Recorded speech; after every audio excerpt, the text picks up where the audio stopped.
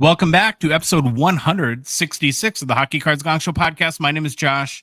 I'm here with Troy. It's been a minute, Troy. We're back together again. Yeah, it's good. I guess good for you to be back. Now I don't have to talk to myself anymore. Oh yeah, we'll get to that in a second. But I am back from vacation. Spent a week in the Cancun area in Mexico. Did not get kidnapped by the cartel, which is a plus. I was going to ask you, did you see any cartel members or was security? So my wife's had to go to Cancun for work a couple times, or so she says. And she said that the security is pretty tight at some of the places. Mm-hmm. Oh yeah. There were 2 guard shacks and gates to get into our resort. And then on the few excursions that we went on while driving around the city, it's very unsettling to see like the Mexican police pickups driving around with the soldier in back holding the machine gun. Yep. It's like, that doesn't happen here in America. Mm-hmm. It was a great vacation though. Very warm. Spent a lot of time with the family. Just had a great time. Great resort. It was all-inclusive deals, so kind of nice from that regard. Like at Moso, food was probably like a B, maybe B minus. There was at the Italian restaurant, one of the first times ever, I actually started chewing and had to spit the food out. It was not good. No, thank you. From that perspective.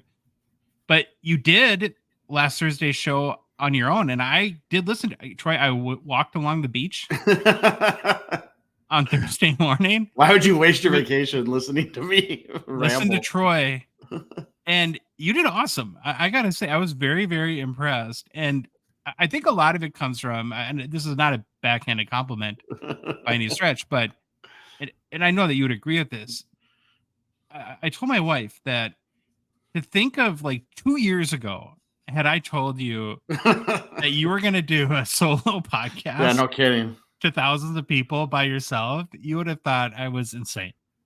I was kind of thinking about that because remember, I used to have to stop the show when I was just going to read the agenda or the game plan because I couldn't even get through it. I was so nervous and I couldn't even speak. So I guess I've come a little bit farther than that. What's Jabberjaw too? I didn't get it. Oh, he's a cartoon from the 80s. Big shark cartoon, but he was a shark that was in a rock band. So that was Jabberjaw. I used to watch cartoon. Actually, it was on the USA channel. And when I had it, was channel 12. They had, I can't remember what they called it, like Cartoon Saturday or some kind of cartoon stuff. But Jabberjaw was definitely in that package of stuff. Troy's Fun Facts is a big hit. Got a lot of positive feedback on There's that. so many more fun facts I could have done. I'm kind of kicking myself now. Good. I've got good news for you, Troy. We do 2 shows a week that we have to find stuff to talk about. So I'm guessing there's plenty of opportunity for you to do that. No, you did a fantastic job. I enjoyed listening to it, and thanks for it's a lot of work to do it on your own. So I appreciate that.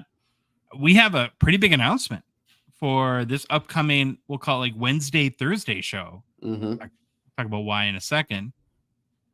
It appears, Troy, that this coming Wednesday is kind of a big day in the hobby. We're going to have the release of 2023-24 Series 2, which should include the Bedard Young Guns. Hopefully they packed it out. That'd be nice. Wouldn't that be funny? Oh, no, we forgot. Well, Thursday show is actually going to happen Wednesday night, which is, of course, Series 2 release day. On our YouTube, we're going to do a live show on our YouTube Live starting at 7:30 Central Time. It's going to be you, me, and Billy Celio from Upper Deck. He's going to spend part of his Series 2 release day with us, which is kind of cool. And we're going to do a lot of stuff, kind of fun that we really haven't tried before. Some of it on our show. We're going to be opening a box live with Billy and get his reaction and talk about some of the cards that we open. We'll, of course, review some of the early sales from the secondary markets, and we'll see to what degree the hobby has collectively lost its mind and hitting up Bedard Young Guns. Of course, we'll talk to Billy all about Series 2 and kind of the process it took to make it, what their thought process was and some of the cards. Billy, I'm sure, will answer some questions. And then on the heels of Series 2, we have Parker's Champions, which is another Billy set as well. So we might throw in some questions about Parker's Champions there too. So I had this thought, and I think we might have talked about this already, but I'm sure you had it too. What if we pulled the Bedards 101? Well, I either because we are going to buy the box, right? You were buying the box ourselves. We're going to the ourselves store. from. I'll have the receipt from an LCS. Might be speaking it into existence. That might help our YouTube numbers if we There you go. That. I'm sure it would. But yeah, cannot wait for it. It's going to be something new that we're trying and a lot of fun. There's always that, I guess, a little bit of danger element when you're live as a content creator because we don't have the benefit of, like you talked about, I used to stop the show and do lots of edits and stuff like that. Another quick little note on that, though, if you are a podcast listener, then we're going to take the audio from the Wednesday show and upload that to the podcast app. So that will be available for you to listen Thursday morning at the regular time. I think our show typically premieres at 3 a.m. Central Time is when it's set to premiere. So very, very much looking forward to that. Again, Wednesday night, Series 2 release night, 7:30, the Hockey Cards Gongshow YouTube channel. Oh, one other quick mention about our YouTube. We're at 998 subscribers. Okay, let's have a pure moment of like honesty and transparency. We've been at like 998 for a day. Don't know why, but we just think it'll be cool to get to 1,000. I've checked like 4 times today, and the universe is just tantalizing us because it hasn't moved. No, like the only day. Too. Yeah. So if anyone wants to throw us a bone, maybe, and help us get to 1,000 subscribers, that'd be kind of fun too. Last note before we get started, a lot to talk about today. Just want to remind you that the Hockey Cards Gongshow podcast is a Patreon podcast, which means we rely on support from listeners like yourself to help us cover our show expenses, continue to produce more and hopefully better hockey card content like our live show this upcoming Wednesday, and fund initiatives even in a small way to grow the hockey card hobby. It's very easy to support us. For $5 a month, you can join our $1.99 support level tier via Patreon. In addition to supporting the show, you also get exclusive access to the Gong Show Discord server and chat with everyone there on a daily basis. Very easy to join our Patreon. You go to our website, hockeycardsgongshow.com, click on the Become a Patreon link at the top of the page, or go to Patreon's website directly, Patreon, and search for Hockey Cards Gong Show. There's a link in the show description if you're listening to us on a podcast app, or it's in the YouTube description as well. And then finally, it's in our Instagram and TikTok profiles too. All right, man. You ready with the game plan? Let's do it. On today's show, we begin with the almost greatest NHL player to wear number 66. Very interesting number selection. Then it's off to Who's Hot and the Struggle Bus. Next, we look at hobby news, followed by new product releases.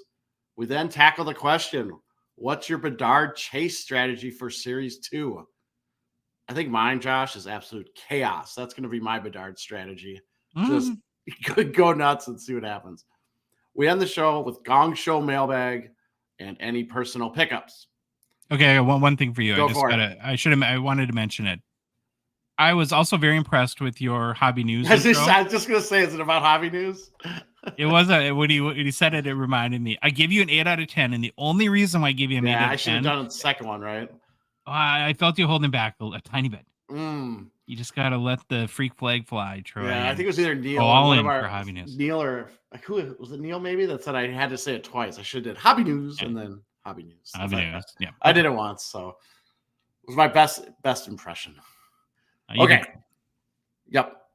Previously, we looked at the greatest NHL player that wore the number that matched our episode number. We ran through all the numbers, so now we are looking at the almost greatest NHL player to wear each number from the runners-up in the Hockey Writers' Greatest NHL Player to Wear Each Number article. Josh, the almost greatest NHL player to wear number 66. Again, the almost greatest NHL player to wear number 66. Per the nominees in the Hockey Writers' Greatest NHL Player to Wear Each Number article, and selected by me is this guy, Josh. Hey, he's got your same name. Josh Ho-Sang. There we go. There were no other runners-up at number 66, which was weird to me, but whatever. As a reminder, the greatest to wear number 66 was some guy named Mario Lemieux. Have you heard of him? Yeah, you've heard of him, I think. Was he good? He was pretty good. Pretty good. Okay. So I had to actually research this, and the candidates for the almost greatest to wear number 66 were kind of slim. I actually went and saw every NHL player that wore number 66. Now, I think it's probably because no one wants to wear number 66 anymore, because then you're kind of compared to Lemieux. Plus, I think there is some sort of unwritten rule in the NHL that you don't wear number 66, but we'll get some more onto that in a little bit. But my guess, and you do have a list here. When I saw your list that you're going to go through, the first thing that came to my mind was bad juju to wear Lemieux's number. Yeah. So it could be bad juju. But then I'm pretty sure I was remembering this right. 99 is the only league-wide retired number. So you can wear number 66 and no one will stop you unless you play for the Penguins because it's obviously retired by them. So there's nothing league-wide stopping you as long as you don't play from Pittsburgh. Now, when I was doing my research, here are the candidates that the article only had one, Josh Ho-Sang, and I think it comes down to he wore it the longest, I guess, number 66, and it's not very long. You'll see in a sec. But we had at number 66 in the NHL, TJ Brody. He wore it for one season with Calgary, and he only had 3 points while wearing that number. Yeah, but he currently has 338 points and is still playing. So it's really weird how they did this article. Sometimes guys wore the numbers pretty short, but they actually selected them just because of their career. So I don't know what you want to make of it. There was Yannick Dupree, who wore number 66 for a season with the Flyers. Then there's Josh Ho-Sang, who wore it for 2 years with the Islanders. I'm going to say his name wrong. Milan Novi, I think, wore it for a year with the Capitals. Gino, and it's Odgick. Odgick, right? Odgick, I think is how you say it. He wore it for one season with the Canucks. He was a good player. Definitely heard of him. And so I guess they just defaulted to Josh Ho-Sang because he wore it for two seasons. I don't know. You'll see. Not a very, let's say, successful NHL career. Maybe we'll say he didn't have the greatest, but we'll get to him. So Josh Ho-Sang, forward from Toronto, Ontario, Canada. He was the 28th overall selection in the 2014 NHL entry draft by the New York Islanders. Ho-Sang played in 53 regular season NHL games over a 3-season NHL career. Ho-Sang played all 3 seasons of his NHL career with the New York Islanders. Now, he only played 3 seasons. He's going to have 0 for awards and accomplishments. So we'll just keep moving on. For his career regular season stats, 7 goals, 17 assists for 24 points. He never played in an NHL playoff game. This one is making me sad as I read it out loud. All right. Best season of his NHL career from a point standpoint was his 2017-18 season where Ho-Sang had 2 goals, 10 assists for 12 points, Josh, in 22 games played with the New York Islanders. Stating the obvious, but Ho-Sang's career never panned out for being a first-round number 28th overall pick. Before starting his NHL career, Ho-Sang played 5 seasons in the OHL where he tallied 82 goals, 210 assists for 292 points in 256 OHL games played. However, this offensive prowess just couldn't be repeated in his short NHL career. There's probably a lot of reasons if you read about this guy. Some of it was work ethic. Some of it seemed to not really care. Maybe just thought his skill was good enough, but it obviously did not pan out for him. After the 2018-19 season, Ho-Sang was loaned by the Islanders to Swedish team Orebro. I always want to say Oreo Bro, but it's not. It's like Orebro, HK, of the Swedish. Oreo Bro. Yeah, it's an Oreo Bro. Swedish Hockey League. This didn't go well as he only played 5 games and then was released by Orebro for not being in match fitness shape. That was the term they used. So there you go. You have one job as an athlete. That's to be in shape. One job you have to do is get in shape. Ho-Sang stayed in Sweden and played with Linkoping HC. So we'll call it Linkoping HC. After that, Ho-Sang had a 1-season stint with the Toronto Marlies. Last year, Ho-Sang played for the Slavat Ulev UFA of the KHL, but looks like he suffered a pretty bad injury in his first game of the season and didn't play after that.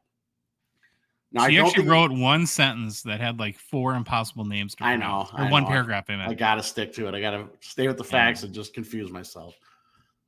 And I was looking at it. I don't think he's actually announced his retirement from pro hockey, so he's still out there. I have no clue what he's doing right now. I couldn't find anything if he's playing for a team this year.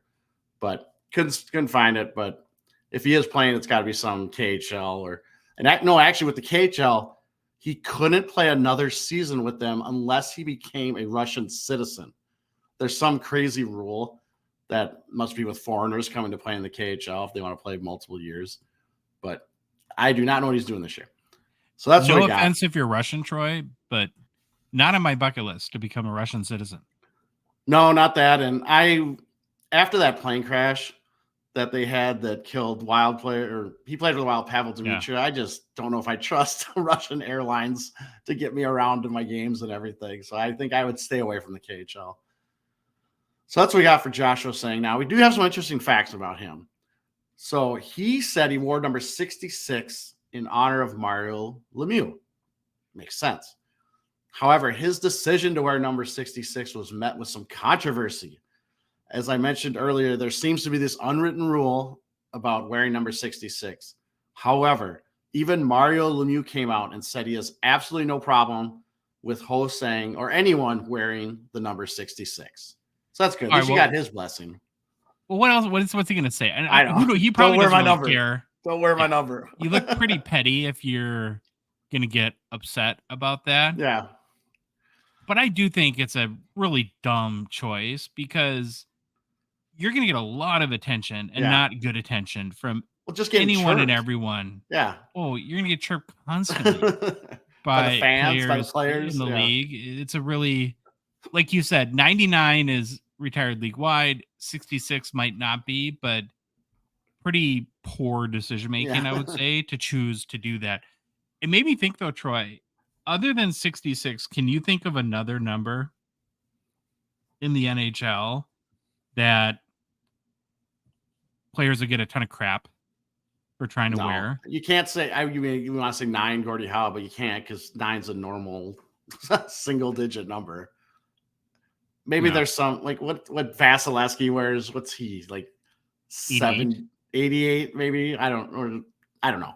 I was thinking like Yager's 68, but then 68 maybe. No. Yeah. Maybe. Obi's 8, would that be poor form? I don't think so. Or Sid? Yeah, maybe. Yeah. I don't know. I don't think so. I say wear what you want. If it's not, if you want to deal with all the repercussions of people chirping you, go for it. Well, we've proved with this segment over and over again that there's plenty of numbers that have hardly any good players that ever wore it. So why would you set yourself up to quote unquote compete with a Mario Lemieux for prowess at a given number when you can take one of the many, many numbers that have hardly anyone good and kind of dominate for that specific number? True. Good point. All right. Ho-Sang is the second player after Flames defenseman TJ Brodie to wear the number after Mario Lemieux in a regular season game. Ho-Sang. Flames throwing shade at Pittsburgh or something like that? Yeah, I don't know what that. I didn't read about why he wore it. Probably the same thing to honor Lemieux. But again, none of them wear 66 anymore. Ho-Sang eventually switched to number 26 at the request of Islanders GM Lou Lamoriello, who has a policy of not allowing numbers higher than 35. So I don't know if Lou was there when he took number 66, because if that's your policy, why did you even let him wear it? I'm assuming maybe Lamoriello took over, but maybe not, because I thought he was been there for a while. Or maybe he's what's that about? I don't understand. He's just an old school. It's the old school way, man. Back in the day, probably when Lamoriello, if he played, or it was basically 1 through 35. Goalies were 1 and 30 or 1 and 35. Rest of you get whatever number, but you're not having crazy numbers. I think it's just an old school kind of thing. So if they traded for Sidney Crosby, you'd make him change his number? I doubt it. I doubt it too. All right. Final fun fact. Ho-Sang's father is of Jamaican and Chinese descent, and his mother is of Chilean descent with Russian, Jewish, and Swedish heritage. So kind of a melting pot there. I thought that was kind of interesting. That's a heck of a 23andMe report there. No kidding. You get that thing, you're like, holy cow. All right. Oh, I forgot here's a nice picture of him playing over, I believe, in the Swedish league, but I have no idea. Oh, yeah, I did. Yeah, I spelled that. Coping. I spelled that name out. I didn't realize it. So obviously all the advertisement looks great. All right. Here's his Young Guns. Let's look at it. His rookie card, 2017 Upper Deck Young Guns, number 205. PSA 10 pop is more than I thought, 24, with a gem rate of 36%. last sale of this card was on November 20th of 2023. And Josh, it sold for a whopping $9.99 US via eBay and verified in Terapeak. However, I don't know if that was an anomaly or people fell asleep watching that auction or what happened. But previously, before that sale, it sold 4 times via eBay in 2022 between $40 US and $100 US. So I don't know if maybe that $9.99 sale was like, okay, we know he's never coming back. He tried to build his career up in Europe and in the KHL, and then everything happened, and now he's done. So maybe that's how that guy got it, or whoever got it for $9.99. But I guess good for them. That's what we got. Not too exciting. Josh Hosang. Probably more minutes than any other podcast in history has devoted to his career. There you go. Maybe we'll get like a certificate of achievement for that. We're going to move on, Troy, to some players that are doing a little bit better than Joshua Hosang. All right. It's time for week 21. Who's hot in the struggle bus? So look at players who are stuffing the score sheet, maybe stuffing your hobby wallet as well. Then we're going to talk about guys taking the walk of shame to their seat on the struggle bus. So we're going to roll with our 3 picks for our Gong Show Who's Hot for week 2020 or week 21 of the 2023-24 NHL season. I had the first pick, Troy. Had to go with JT Miller. Now, if you're watching on YouTube, you'll see he's very pumped. The name to Who's Hot. It's kind of a weird face he's doing there. Yeah. Upper Deck should put that on a hockey card for sure because they love to do that. Yeah, those teeth look like they've been wrecked a couple times. Yeah. I'm sure he'll use some of his NHL money for some dental work once his career's over. Yep, they all do it. Now, Miller should be smiling because in the past couple weeks, he's second in the NHL to good old Connie McDavid in points. Miller's got 12. Nice. In his past 6 games with 6 goals and 6 assists. In fact, Troy, the 30-year-old Miller has been pretty good this season. He has 30 goals and 52 assists for 82 points in 62 games played. His career high for goals in a season is 32, which he's done twice in 2021-22 and then 2022-23. So he's 3 goals away from a career high there. Odds would say he'll probably get there. Mm-hmm. And then his career high in points is 99 from the 2021-22 season. And I think he's pacing for over 100 at this point. So it could be the first time in his career where he's over 100 points as well. He's undoubtedly both contributing and benefiting from the nice run that the Nucks have been on this past season. What a turnaround that they've had. Yep. They currently have 83 points, lead the Pacific Division, are 9 points ahead of the Oilers, who are in second at the time I was doing my research. Rick Tocchet, Coach of the Year. Yeah, you'd have to say. Since the All-Star break, Troy, listen to us, Miller has been on a tear. He's got 9 goals and 6 assists in 13 games. Pretty good. He centers the Canucks second line, has a big-time connection with Brock Besser, who's had a really nice rebound season as well. Also gets time in the Canucks first power play unit. So I'm thinking about Miller. It's hard not to go back to the default about kind of like the weird emotional outburst stuff from a couple years ago. And it's really kind of cemented with me sort of the notion that once you get branded in a certain way, it's really hard to shake that. PLD, have fun ever shaking your reputation of not caring or trying. I think that true. So I agree with you, and a good point there. I think that's more earned than in the case of Miller. Yeah. Like if you really dig into Miller, he's kind of portrayed as this like kind of emotional loose cannon, but I think it was a little bit made out to be more than it was. And of course the team was really struggling at the time. He was frustrated. It's one of those things you just can't shake at this point. Like you Google his name and like go to news. It's all about like, well, this season, JT Miller is like channeling his emotions in a positive way, or he's learned to control them. The Athletic just did a piece on that a couple days ago. And there's a quote from Rick Tocchet, you just mentioned, regarding how Miller has worked on the mental side of his game. So here's what Tocchet said. When things aren't going his way, he's dealing with it a lot quicker than he did in the past. How to manage whatever the issue is, said Tocchet. I give him a lot of credit. He's worked on some parts in the mental aspect of his game. I think that's helped his overall game. I've got to give him a lot of credit because he knows his process to keep himself in a good frame of mind. So, yeah. I just think that no matter what he does, he'll kind of never shake that rep. Well, so it sounds like he's basically doing breathing before he goes off the handle. He's thinking himself 10 deep breaths, 24-hour rule, all that 24-hour rule, like in youth sports, right? Yeah, exactly. Well, Troy Miller is a 2013-14 Young Guns. His PSA 10 has a pop of only 103, which is kind of surprising. 59% gem rate, less sold for $115 on February 28th. It is down about 27% in the past month, but it's surged pretty big. It's still up 125% in the past 6 months. So nice. So very well deserved. First player to Who's Hot for week 21 is JT Miller. You got the next pick. I do got the next one. All right. So I wanted to ask you a question before I actually get to this guy. So I was doing research, and I think we kind of use the same process, or we look at the same. I always look at quad hockey. I think you do too. Yeah, me too. Did you notice that there's like 1 billion players that are over a point per game in the last 2 weeks? I hadn't, but I actually read your first line this morning. It got me very interested in that. And I was like, has anyone told the goalies that there's a season going on and let's step it up here? Because, and I didn't, what I should have done.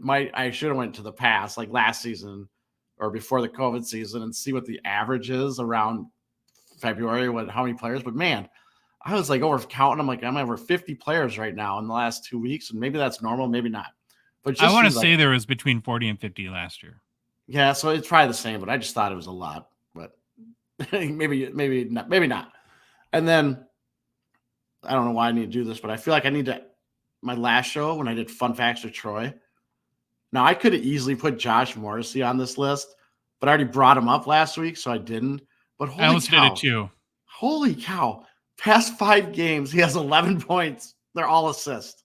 Yeah. So he's, like we said, he's our assist machine. It's absolutely crazy. But I didn't go with him, Josh. I'm going with this guy, 31-year-old Edmonton forward, Zach Hyman. Got to show some love for some old guys. A couple reasons I chose him. Actually, Gongshow Discord user 86 Collectibles mentioned, kind of brought him up, and that's kind of what brought him to my attention. And once I looked at his stats, I was like, yep, this guy's hot. That's a meme right there. And then, or that's wait, you mean he's good looking or he's playing well, or both? Playing well. And then, and it's a guy we don't talk about him a lot. So I thought, hey, perfect for this segment. He's scoring a lot. Let's talk about him. So over his past 5 games, Hyman has 6 goals, Josh, 0 assists for 6 points. Puckhawks. Yep. So we had talked about Josh Morrissey, our assist machine, and now we got Zach Hyman, who's our prototypical puck hog. In fact, from February 19th through February 28th, Hyman had a 6 straight game goal scoring and point scoring streak. Streak was snapped when he had no goals or points against the Kraken on March 2nd, which is yesterday. Man, I don't even know what month we're in anymore. For the season, Hyman has 40 goals, 19 assists for 59 points in 57 games played. I had no idea he was playing that well. I didn't realize he had 40 goals. For his career, Hyman has 189 goals, 192 assists for 381 points in 557 games played over a 9-season NHL career. Now, Hyman is currently on Edmonton's first line, and he's also on the first power play, so he has the benefit of having Draisaitl and McDavid out there with him. So I guess you could kind of say, well, you better get points if you have those 2 guys out on the ice with you. But to be fair, we've seen those guys struggle too. Yeah. In the first month of the season, the Oilers were not the juggernaut they're kind of turning into now. But it seems like they're firing on all cylinders, and Hyman is definitely being a beneficiary of that. And here's another thing, Josh, that kind of blew my mind. Hyman is the lead, or he leads the Oilers in goals with that 40 number. Second is Draisaitl with 30, and then McDavid, who I guess is a bust now, has only 22 goals. But again, McDavid has like a bundle of assists this year. And then fourth overrated. Overrated. He's followed by Evander Kane, which has who has 21 goals. Again, I just didn't realize how good Zach Hyman. I didn't realize he was the goal scoring leader for Edmonton. It's pretty crazy. So Hyman is a 2016 Young Guns, PSA 10 pop of 220, gem rate of 54%. Card has kind of been selling like hotcakes in the month of February. last 3 sales on eBay and verified in Terapeak are right around the $105 mark. In early October, at the start of the season, this card was going around for the $50 to $60 range, which even there was a $35 sale in there too in that first month of October, if you could have found that. But card is up close to 100% since those early October sales. So good job if anyone invested in him back then. But he's having a fantastic year. Made the Who's Hot list. Here we go. It was a Leafs prospect, huh? Looks like I saw this. I was like, whoa, I didn't remember that either. They didn't need him, I guess. I guess they didn't need him. It's like the Wild. Every player we get rid of makes like the All-Star game. Okay, honestly though, you put him. I'm not. No offense to Zach Hyman here, but you put him on the Wild's third line, paired with nobody and who are you, and how many points or how many goals do you think he honestly has? He's probably scratched. He's probably in the press box and he can't do anything because sharing popcorn machine, right? Yeah, our team's so bad. All right, Zach Hyman, another well-deserved spot in the Who's Hot list for Week 21. And third pick is a guy we don't talk about too often. Made me think of the Roman Josi, or it is Roman Josi, but when you were talking about Josh Morrissey, kind of made me think about Roman Josi as well too. Look at the bend on that stick. That's a crazy flex. Yeah, if you're watching on YouTube. Troy, I'm going to say Josi could be on a top 5 list of great NHL players that nobody, especially in the hockey hobby, cares about at all. Yes. I'm going to read you a couple stats that I don't think a lot of people are aware how good this guy has been. In the last 5 years, Troy, and you know how much I love last 5 years stats. So this is exciting for me. Josi is numero uno. I learned some Spanish when I was in Mexico. That means number 1 in points scored by a defenseman with 314. No defenseman in the last 5 years has scored more points than Roman Josi. Take that, Erik Karlsson. Yeah, he's 4 points ahead of Wonder Boy Cale Makar. Is that legal? Oh no. To do? I don't know. Now, we always say, well, nobody loves defensemen because they don't score goals, but that's kind of like we love Cale Makar because he's actually a goal-scoring defenseman. Yeah. In the past 5 years, Troy, and you know how much I love last 5 year stats. Roman Josi is number 1 in goals scored by a defenseman with 80. Yep. 2 more than Cale Makar. But Troy, does the hobby care? No, I don't care because I pulled a 101 of him and it was worth nothing, basically. Okay. Kind of crazy. Yeah. And again, it goes the knock on any defenseman is like they're the Josh Morrissey type, right? Where he's got like 0 goals and 8,000 assists. It's like, oh, he's just an assist machine. But Josi does score goals. He's the best at it over the last 5 years in the NHL. And still going strong, even though he's a little bit older than the tooth at this point in his 30s. Well, in his last 7 games played, Troy, Josi has 4 goals, 7 assists for 11 points, bringing his 2023-24 season totals to 15 goals, 46 assists, 61 points, and 62 games played. So again, by defenseman, if you look at his 15 goals this season, Troy, he's tied for first with Evan Bouchard, Mackenzie Weegar, and Rasmus Dahlin. And his 61 points is currently 4th in the NHL for defensemen. Wonderboy Quinn Hughes has 70. Then Makar, oh boy, I called him. Sorry, Cale. Quinn Hughes is 70. Wonderboy Cale Makar is 64. And then Noah Dobson, who's putting together a pretty good season as well, is 62. So then you've got Roman Josi with 61 just behind him there. 33 years old, so he's probably entering or near the end of, I guess, of his prime production years, but it's been pretty darn good for a long time. So what is it with the hobby in Josi, Troy? What do you think it is? Nashville. That's what I'm got to think too. He's the Nashville, captain too. Switzerland. I don't know because I don't know where he played his juniors. Did he come over to Canada to play, or was he grew up in the Swiss system or over in Europe? So maybe there wasn't a lot of hype of him coming in, and now he's on a team that's obviously not a hockey hotbed. Even though I will say this, been to a Predators game in Nashville, and it was one of the funnest times I ever had. Those fans that were at that game were riled up. It was rowdy. Yeah, a lot of these smaller markets. Why people call us a smaller market too, I guess. But you're like Columbus, like they've got really great fan support. I've heard that about Nashville. You got teams like Winnipeg that have pretty well, maybe not this year, but have some traditionally have had good support as well. Yeah, I think it's the market and his age probably combines at this point to not give him a lot of hobby relevancy. Roman Yossi is a 2011-12 Young Guns PSA 10 pop of just 54. Crazy. 36% gem rate. Last sold for $200 on February 28th. It is up about 30% in the past month. But he should be a Hall of Famer for sure at this rate. Oh, I would think so.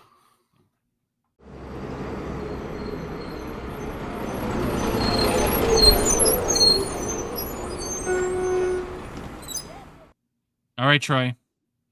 Pulled up. It's on time. The doors are open. It's time to see who is on the struggle bus this week. As we traditionally do, we'll let you go first with your selection. All right. For the struggle bus. I got a guy for you, Josh. Nico Bear Paws Doss finds himself on this week's struggle bus. I love this picture. I don't know why, if it's the helmet or what. I don't even know if that's like, is that a real NHL helmet? Is that what he wears, or is this an old? I wonder if this one just got called up or something. But anyway, it's a great picture if you're watching on YouTube. So our boy Dawes has been thrust into the starting role with the Devils due to the lower body injury. Starter, is it Vitek or Vitek? Vitek Vanacek suffered. Vitek, I think. Vitek on February 10th. Vanacek has since been put on injured reserve. So for the foreseeable future, it looks like Dawes will be the starter with Akira Schmid in the backup role. Remember, like the 2-week run Akira Schmid had last year? Schmid was like, he was even the next great goalie. It was fantastic. It's like, this guy's awesome. All right, in his new starter role, our boy Dawes, over the past 2 weeks, he's went 2-3 with a 4.30 goals against average and a dismal 0.82 save percentage in 5 games played. Now, we have the Devils here. They're currently 8 points out of the second wildcard spot in the Eastern Conference. So if that's the case, you really need your goalie to play well for basically the rest of the season to give you any shot of sneaking into the playoffs. I don't know if the fan base even thinks there's a shot. I know New Jersey's been kind of down, but they got some good talent on the season. Well, goalie is kind of their fatal flaw right now. Yeah. Isn't it? Yep. Yeah. It's not like Vanacek was lighting the world on fire either. He was having below average season. We'll say that.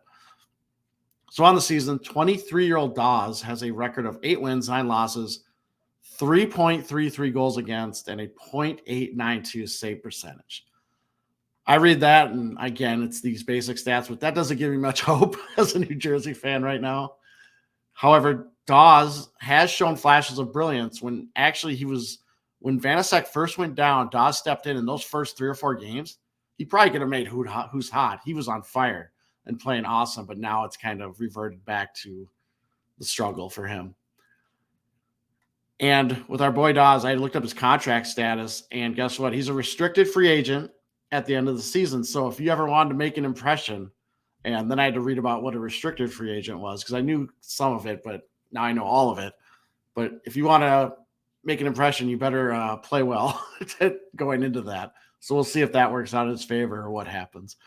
For his career, Dawes has 18 wins, 20 losses, 1 tie, or 1 overtime loss, whatever you're going to call it, with a 3.21 goals against and a 0.893 save percentage. Now, Josh, I think I have about 5 Young Guns of this guy. I think he's like one of those guys I pulled constantly, and I just like throw it in the box. I probably shouldn't get my hopes up from reading this.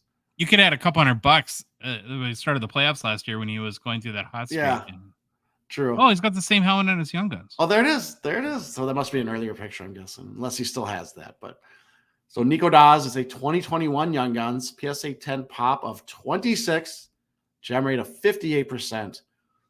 Recent sale of this card was for $78 via eBay, verified in Terapeak on February 20th of 2024. That's what we got. Struggling.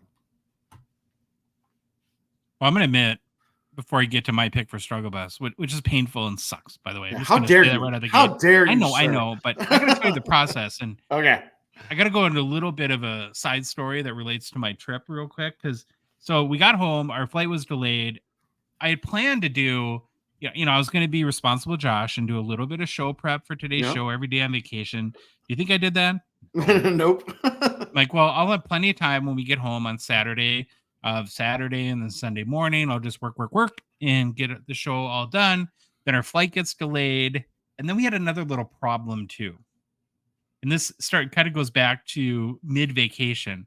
So we had my parents doing puppy sitting. Oh, We have a little puppy now, and he's much beloved, and we had to take good care of him. And he went up north to where northern Minnesota, where I'm from, with my dad. And then my dad had to come back down for a night down in the Twin Cities and was going to stay in our house. And so I'm at dinner at the buffet at the all-inclusive resort here in Cancun, having a jolly old time, sipping on a margarita probably. And I get a text from my dad, and he said, "Your keypad doesn't work." We have like one of those garage door keypad things. Yeah. And I'm like, huh? Well, I'm like, did you use the right code? And he's like, yes, I've been here for trying it for 10 minutes. Then I had remembered earlier in the day that somebody had told us that one day this whole week, it was like true Minnesota cold weather. And the rest of the days, it was really, Minnesota has the weirdest weather pattern. It's like it can, nowhere on earth can there be a bigger temperature swing from one day to the next. It was like 60 degrees and then 4 the next day. And 73 today. Yeah, 73 today. Just crazy. Well, for the last year, and I failed to correct the situation. When it gets chilly, our keypad checks out and says, "I'm done. I'm not working today," and doesn't work. So my dad drives 4 hours from his house, needs to stay at our house, has a little puppy with him, and the house is Fort Knox. He can't get in. Keypad is frozen up, will not work. He ends up having to get a hotel, which makes me feel lousy, right? And then he should just stay at our house. We got a whole spare bedroom downstairs. He was staying in. You had state tournament hangover. I was worried about that. Speaking of that, we never gave an update. Yeah, we'll do that at the end of the show. Okay. We got lots of personal stuff to update. So to continue the story, well, one would think, oh, no big deal for me. It sucks for my dad. He had to get a hotel room. On the way back, I'll just use my key to open the door and I'll be fine. But I don't use a key. I don't know. Well, I do know where my keys are. We never use our keys. Yeah. And so I'm now looking at the weather, and we come back Saturday, and you're right. It was 70 degrees. So I'm thinking, okay, it'll work because it won't be cold. We'll be able to get into our house. My sister picks us up from the airport. We get back home. Our flight had been delayed. It's already much later. I haven't even started on the show. Go to the keypad, type in the code, boop, boop, boop, boop, boop. Go to enter, nothing. Oh no. Literally sat there for 20 minutes. Start walking around. We have no way into our house. And my wife is like, well, what do we do? I'm like, we could have broken a window. If you had to, you could break a window and get in probably. But that's kind of it's probably cheaper to drill through I would assume to drill through your door handle. I'll call a locksmith. I mean, call a locksmith, right? But that's not going to help last night when I need to work on the show, which we're recording today. And so I'm starting to panic, and I start walking around the house trying to find any way, if a window's open, if there's anything we do to get in this house. And I tell my son, Sam, I'm like, Sam, while I'm walking around, just keep trying the code. So I'm in the back of the house, and people start yelling, and Sam was like, oh, I got on the first try. So very thankfully, I don't know how he did it. He's got the magic fingers or something. We get into the house. Long story short here, it's 3+ hours past when I thought I would get home. So I'm already kind of stressed and frustrated. We get down. I'm looking through the stats. We get down to the struggle bus, and there's some candidate I couldn't make up my mind. I was just so beyond stressed out, I guess is the way I'll put it.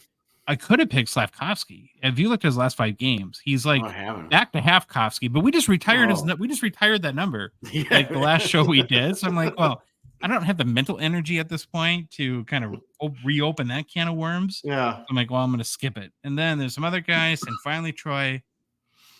The only one that kind of made sense in my exhausted state, which really sucks, is our guy, super rookie Brock Faber. Yep, there he is.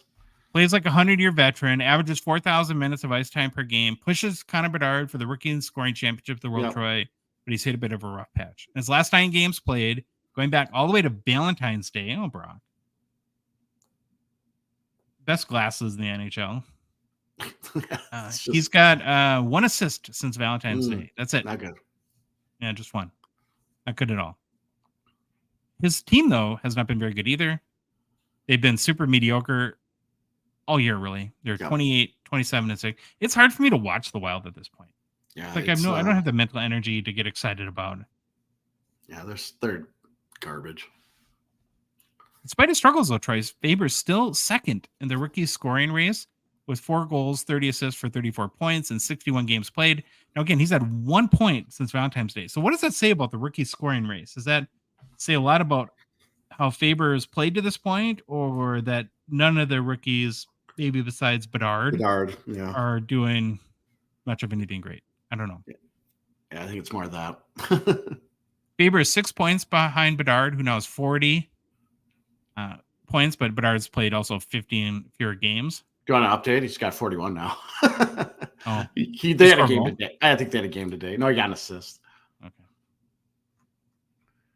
I would assume Bedard's Faber's only chance at this point to win the Calder Trophy, he'd have to somehow probably eclipse Bedard in points. Yeah, I don't see that happening right now.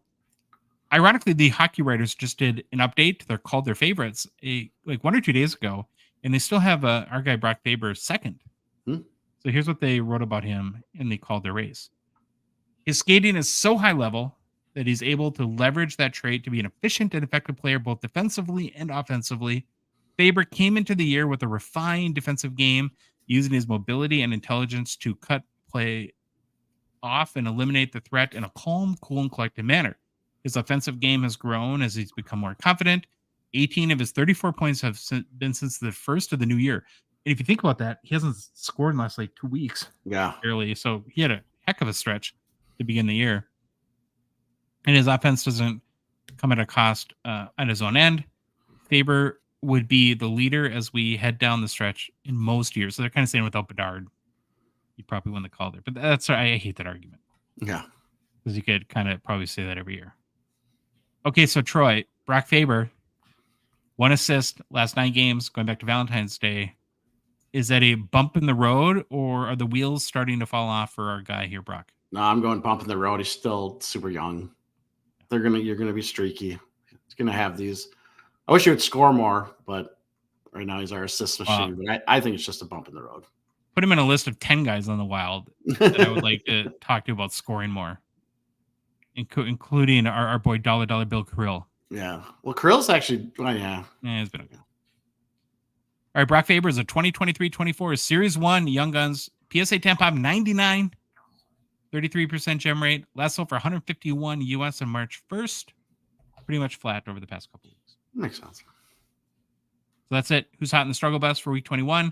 Reminder on who's hot. We had JT Miller, Zach Hyman, Roman Yossi, and then struggle bus Nico Daz and our buddy Brock Faber from Maple Grove, Minnesota. There we go. Got to make a quick mention for Gongshow partner and sponsor Slab Sharks. Of course, we are super thankful to them for their support of our show. The current Slab Sharks weekly eBay auction is live. Be sure to head to slabsharks.com for a link to the auction to see all their fantastic hockey cards. Place your bids. So I was vacationing in Mexico, Troy, but I could not even help myself. I had to check in, go to their website, and see what cards they have up in this week's auction. And as expected, it did not disappoint as all. Now, we've been doing these kind of top 5. Yeah. Sort of highlights on Mondays, and this could be one of the bigger ones we've done, Troy. Yeah, well, I thought the one I did was pretty big, and then I saw this one, and I was like, and the first one you get to, I saw that, and I was like, I already did that. I did that last week. Why are you doing one that? There's another. No, it's another one. Yeah, a different one. But this one's a 2014 the Cup Gretzky limited logos out of 10 raw. It's an All-Star jersey from the 1991 All-Star game, which he would have been with the LA Kings, of course. I like Gretzky All-Star cards for some reason. I'm usually not a fan, but I do. There's something about maybe the picture or the jersey. It's got the old logo going down. I do like this card. I really do like this card. The All-Star stuff, even though I'm usually not a fan, I think looks great. Well, you got the classic All-Star jerseys. I think that's a big part of it. Nice big game used patches, of course, unlimited logos. So this card's a big deal. This is a very nice card. Then Troy, a couple of huge Cole Caulfield rookies. 2021-22 Upper Deck Caulfield Young Guns High Gloss out of 10 PSA 9. Very, very nice card. Weird face, right? Or definitely always a weird face. Always a weird face. Mm-hmm. Then another huge one, Troy. 2021-22 SB Authentic Cole Caulfield Future Watch Auto out of $9.99. Inscribed PSA 10 Auto 10. Yeah. You got to remember the first 50 serial numbers of Future Watch Autos out of $9.99 are inscribed at the player's NHL debut date. And then, of course, this card has a double whammy effect of being PSA 10 Auto 10 as well. Yep. You're not, other than jersey number, you can't do much better for this card. Yeah, agree. Very, very cool card. Then, one of everyone's favorite, the 1990 Pro Set Stanley Cup Hologram BGS 7. A very high grade for this card. A lot of times it's like 4s and 5s. Well, every time you see this card, it looks like it's been through a war. It's always got like you see scratches, and I don't know if that's on the case or on the slab, but they always look in rough shape. So I have a question for you about this card. Yeah. As we're still learning. We're always learning. But as we were very, very new to the hockey space and we were starting to get introduced to kind of the key cards, at first, did it surprise you that this card was as big of a chase as it is? Oh yeah, totally surprised me. And I think we reached out. Did we reach out to Jeremy and kind of ask him why? Yeah, we might have. I think it was. I'm going to say the wrong answer. I know it's in our messages somewhere, but it was one of those things where it was like this hologram, and I want to say, was it the first time the Stanley Cup was in a card, or maybe the first time it was serial numbered or something? He let us know, and it made sense what he told us. And again, with how much, even though it's out of 5,000, right? Is that what it's out of? Yeah. The amount of Pro Set that was created, this card is so hard to find. Mm-hmm. I think there's a mailbag question kind of along those lines. Yeah. So we'll get into it in a little bit too. And then the last card that really stood out, this is the card, one of my favorite things in the hobby is the Young Guns alternative. Yeah. Like if you're one of those people that doesn't want to overpay for a base Young Guns that has a really high pop count, and there's a million of them out there. Well, here's a 2016 OPG paper, Austin Matthews Marquee Rookies Black Rainbow Foil out of 100. And not only is it more limited, this is a really nice looking card. Yeah, looks great. Yeah, so I really, really like this card. If I wanted a Matthews card, I'd be very interested in maybe picking that one up. So these are just a few of the amazing cards in this week's auction. Be sure to check them all out. If you have other favorites, let us know. And Troy, if you happen to be a Canadian hockey cards collector that are looking to move some cards and you want to do it in a way that's simple, hassle-free, and gives you a great chance to get a ton of eyeballs on your cards, then we'd recommend considering Slabshark's eBay consignment services.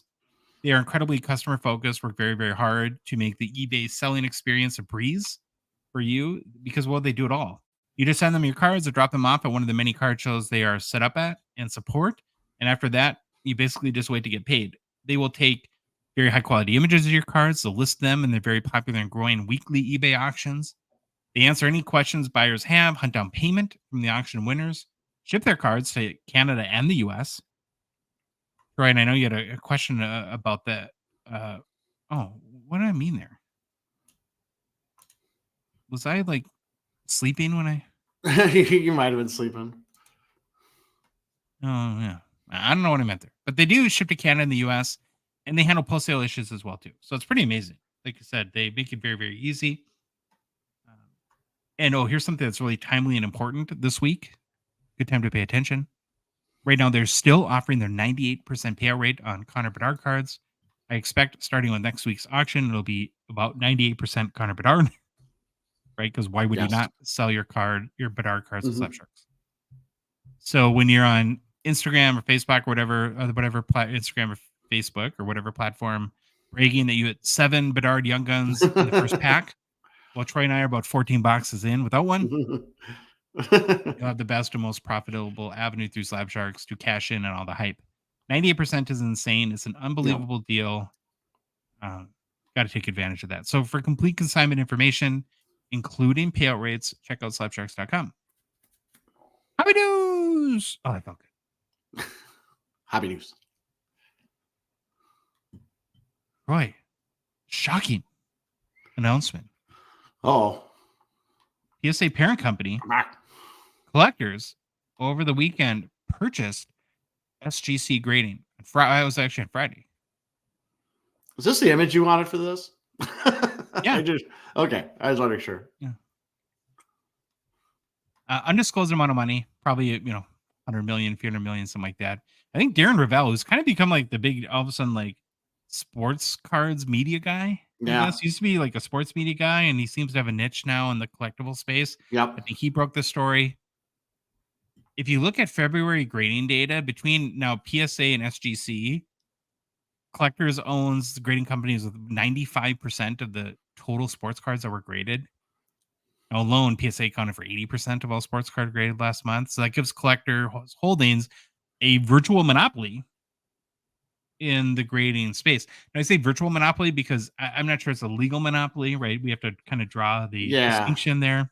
And it's sport. And we're talking about sports cards because remember, there's still the sports cards. TCG component where PSA still has a ton, but SGC barely had any TCG, maybe 2% or 3% of the market, and the other one is CG. Is it CGC? I can't remember. Yeah. All the quotes coming out of SGC and Collectors are stating that SGC will be run independently for this foreseeable future. So I guess there's no immediate plans to roll SGC into PSA. Yep. Also, current SGC president Peter Steinberg will stay on with the company, help maintain continuity, which usually happens in an acquisition. He'll be gone in a year or two. Yeah, they call it a key man agreement. Yep. To me, Troy, there's two really interesting questions that have come out of this announcement that I thought we could kind of focus our conversation on here. So, first of all, why did it happen? And then what does it mean for the hobby moving forward? Right. So we can kind of tackle the why first. Yeah. Nobody knows for sure. Collectors will probably keep it a little bit close to the vest at this point. But I have some theories. So I'm going to roll through them. And then you're going to tell me in your mind which theories make the most sense. So, first of all, Collectors is a holding company that owns a portfolio, a number of hobby-related businesses, and as an entity. So, really, Collectors is about probably growth through acquisition. Like that's a lot of how a lot of these holding companies work.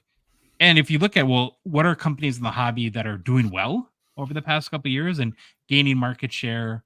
Who knows profitability because we don't get to see that stuff typically. But from the outside looking in, I think that you would probably put SGC on any list of companies that you think are showing positive momentum. And so maybe Collectors just thought that it was kind of a company that was on the right growth trajectory that they're looking for to invest in and add to their portfolio. So it could make sense from that perspective. And then two, Troy, in case you're wondering, in addition to PSA, Collectors owns companies like Golden, Card Ladder, WADA Games, PCGS, which is professional coin grading service. And like I said, they're trying to build a big portfolio of companies in the collecting space. So this is just another investment that they could add to their portfolio. That's theory one. Yeah. My next theory is, which could make sense, is that this one is kind of spicy and interesting. Was it a move to block Fanatics from getting into grading? Now, why would you want to do that? I'll say yes already. Okay. If you think about Fanatics owns PWCC, they've built out Fanatics Live. If they owned SGC or some other grading company, it could position them to offer a lot of like direct grading services. So what do I mean by that?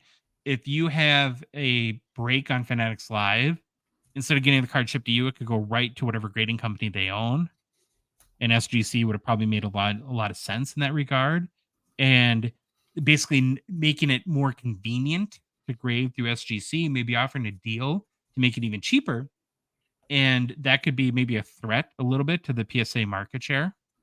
So that would be a reason to do that. And it does kind of seem like that if you kind of want to buy into this argument, Troy, that the hobby is sort of being divvied out into two giant conglomerates, right? It's going to be Collectors versus Fanatics.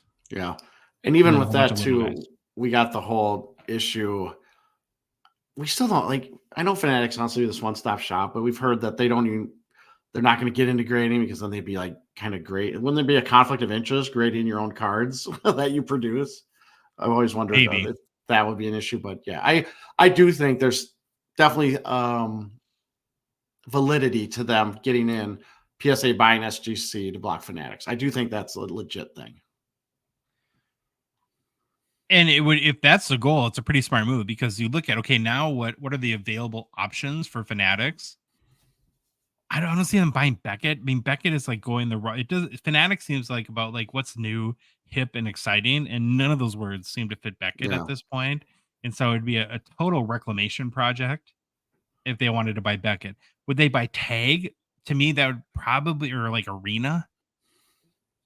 I don't know if they're. If you're doing Tag, it's for the technology. I think you're just going for the technology piece. Or would they start their own grading company? Like they did with Fanatics Live, right? True. So, but okay. So, do you think Fanatics, in your mind, should they be in grading or not? No, I do not think they should. Okay. Conflict of interest in my eyes.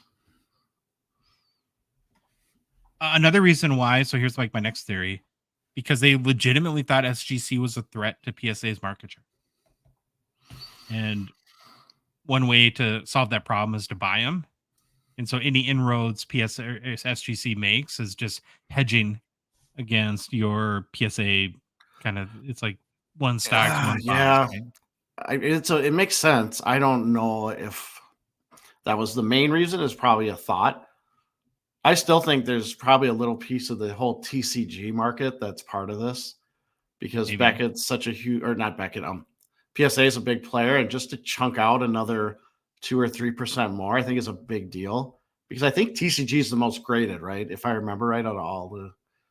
Yeah, cards. I don't think SGC grades hardly any TCG though. Yeah, so I mean, I think they just wanted some more percentage of that market, so they get the 2 or 3 from SGC, and it's still whoever the other company was. It CGC? You tell me 100 times, and I can never remember who the other. They changed their name 4,000 times. I know. But it's yeah, confusing. All these make sense. I mean, they all make sense. I do think every one of them probably played in a little bit to this whole decision. As a related aspect of sort of the threat to market share, one of the things that I think I read was that they've had a lot of, because they're growing so fast, that one of their biggest constraints is actually finding graders, right? You need capable graders, and that part of the move might be to buy some of it, because one of the things SGC is very well known for is having good, accurate grading. So this is a way to very quickly add more grading capacity.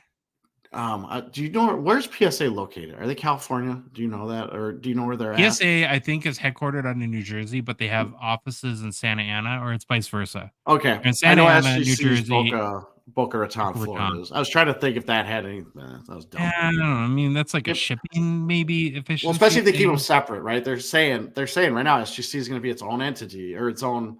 Yeah. They're not like moving it into PSA and disbanding the SGC brand. It's going to keep it. So the theories that I laid out, it sounds like in your mind, kind of blocking Fanatics from a quick grading win, you think is the most logical sort of chess move that collectors made?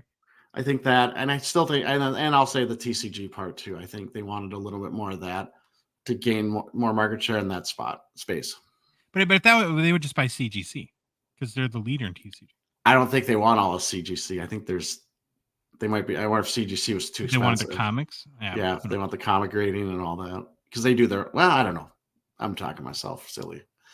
Remember, Troy is the expert on grading and all your grading news. Remember that. You are the hobby's go-to source for all grading news. Forget Darren Ravel. Just come to Troy. Okay, let's move on to the next kind of fun and interesting question, which is more relevant, I think, to all of us. I mean, that's kind of inside hobby talk to this point, but what does it mean for all of us, especially as collectors? Yeah. So, first of all, if you take their word for it, there shouldn't be much of an impact in the short term. How long that lasts? How long does that last? Yeah. These companies. A longer term try is where it gets more interesting, right? So, here's some of the things I've been thinking about. How will collectors view PSA versus SGC going forward, knowing now that they're both owned by the same company? Does this fact change anything? And actually, you might be thinking, well, that's insignificant. I don't think it is, because if you think about the value in grading, it's so who knows like what percentage accounts for perception, but perception is a lot of it, right? Because we see a PSA 10 and we think that that card is more valuable than a Beckett 9.5. Why? Just whatever, it's 100% based on what the market perceives. Mm-hmm. So does the perception of either PSA or SGC change with this news, and could that maybe close the value gap? Does that make sense to you? Makes sense to me. I think SGC gets sort of a brand bump out of this. Yeah, I could see that. Even though I think they do, but I'm just trying to think how they operate separately, and we see this in a ton of other industries. I'm not opposed to how they do that. I'm wondering, is this like SGC's the value play part of collectors then for Okay, grading? well, we'll get into that in a second. Oh, All right. okay. So stick a pin in that. Okay. All right. Well, actually, we'll get into it, I think, right now. So my next question is, how will they coexist in a way that makes sense? Yeah. Or will they compete? So if you're looking at like if you think that collectors bought SGC as that institutional investing kind of holdings company that's looking for peer play investments, that is like, well, I'm just going to add companies and we're going to let them compete, and Darwinism will take, to the victor belongs the spoils sort of deal, right? Then I guess maybe that's the perspective you have there. But in that situation, there's a winner and a loser, right? So that doesn't almost make sense to me, because it's like if you're gonna let them duke it out, then you know that one of your investments isn't gonna shake out. So then it gets you back to the how do they coexist? And one of the questions I asked, what you were just kind of bringing up, is like, would collectors like steer, like, let's say modern to PSA and vintage to SGC? That could be a play, because that makes sense. Because I mean, listen, this, like I was trying to say, these companies. This isn't the first time a company's had two subsidiaries that kind of do the same thing. We can think about video game publishing, movies. They have different studios. They have different people that produce the same basic end product at the end of the day, which is what these grading companies are doing. So that's interesting how they're good. There's got to be a way they differentiate these guys. They have to differentiate if they're going to be independent. Yes. And to me, it's like at face value, the sort of delineating between vintage and modern makes sense. But where the wheels fall off for me on that is, okay, that works today. Yeah. But so you steer card X, Connor Bedard, Young Guns to PSA versus SGC because that's modern. Well, 20 years from now, and you expect vintage cards to be in a SGC slab, and now that what was a modern card is now a vintage card, how does that work? So I don't know. And ultimately, the other thing is, eventually would they just roll SGC into PSA? And Troy, I think this almost makes the most sense to me, because to have them be independent seems to me, over the long haul, maybe not today, but expensive and redundant, right? If you're maintaining, there's a whole bunch of redundancies that kind of make it weird. So, for instance, like I'll pick something very kind of specific that's easy for me to talk about because it's my professional background, like buying Google keywords, right? So you compete against each other for card grading. So SGC bids for card grading service, like sports card grading, Yeah. that keyword, right? And PSA bids. It's an auction. So by them competing against each other, they raise the bid price, and neither of them gets as much media as they want, and they end up paying more. And so it's just an example of like how like you cannibalize your own kind of media spend in that regard. But then there's a whole bunch of other ways that you would be kind of weird and redundant, I guess. And by them announcing that they're going to be SGC will be independent, in my mind, that gives them a lot of time to be very thoughtful about Yeah. an approach to ultimately roll SGC into PSA, and do it over a long period of time where like it's very digestible for the hobby. And like there's ways to transition brands Got to that transition kind of those scores and make sure they're all lined up yeah. and everything. And then maybe in the short term, you see like PSA could add resources that, because they're obviously a much bigger Yes. company, that might help SGC expand. But I guess as a a threat would be, there's some probably aspects of PSA you wouldn't want to see in SGC. Like SGC's really differentiated itself in its turnaround times, Mm-hmm. which are way faster than PSA. So what if SGC turnaround times get bad? And it's like, well, might as well just go with PSA. Or, I think another way that SGC has really tried to differentiate themselves is through customer service, No which hasn't upcharge. been as good through PSA, no upcharges. Yeah, it's just so I would say over the long haul, to me, what makes the most sense is I don't know whether it's a year from now or 5 years from now or 10 years from now that SGC ultimately goes away and it just becomes part of PSA brand. Mhm. And so That's what essentially what usually they bought is happens. market share. Well, I follow enough businesses to know that usually is what happens. Any other kind of impacts that you see, whether in the short term or long term, Short term, as a I result? don't see anything. They probably just like keep operating what they're doing. Long term, kind of all the stuff we talked about. And if it does end up getting absorbed, that's a whole nother can of worms. That'd be very interesting. Well, and I'm just thinking along the fly here, but there's maybe one other component to this that could be interesting. So one of the struggles that very large companies end up having is innovation. Is sort of like the steering a battleship kind of thing too, Mm-hmm. right? Where you can turn a speedboat in an instance, it takes a month to turn a battleship, sort of kind of analogy. And like where a lot of companies, like like a big one here in the Twin Cities, United Health Group, like they actually create like incubation companies because they say it's so impossible. We're so big, there's so much bureaucracy and red tape that we literally can't innovate here.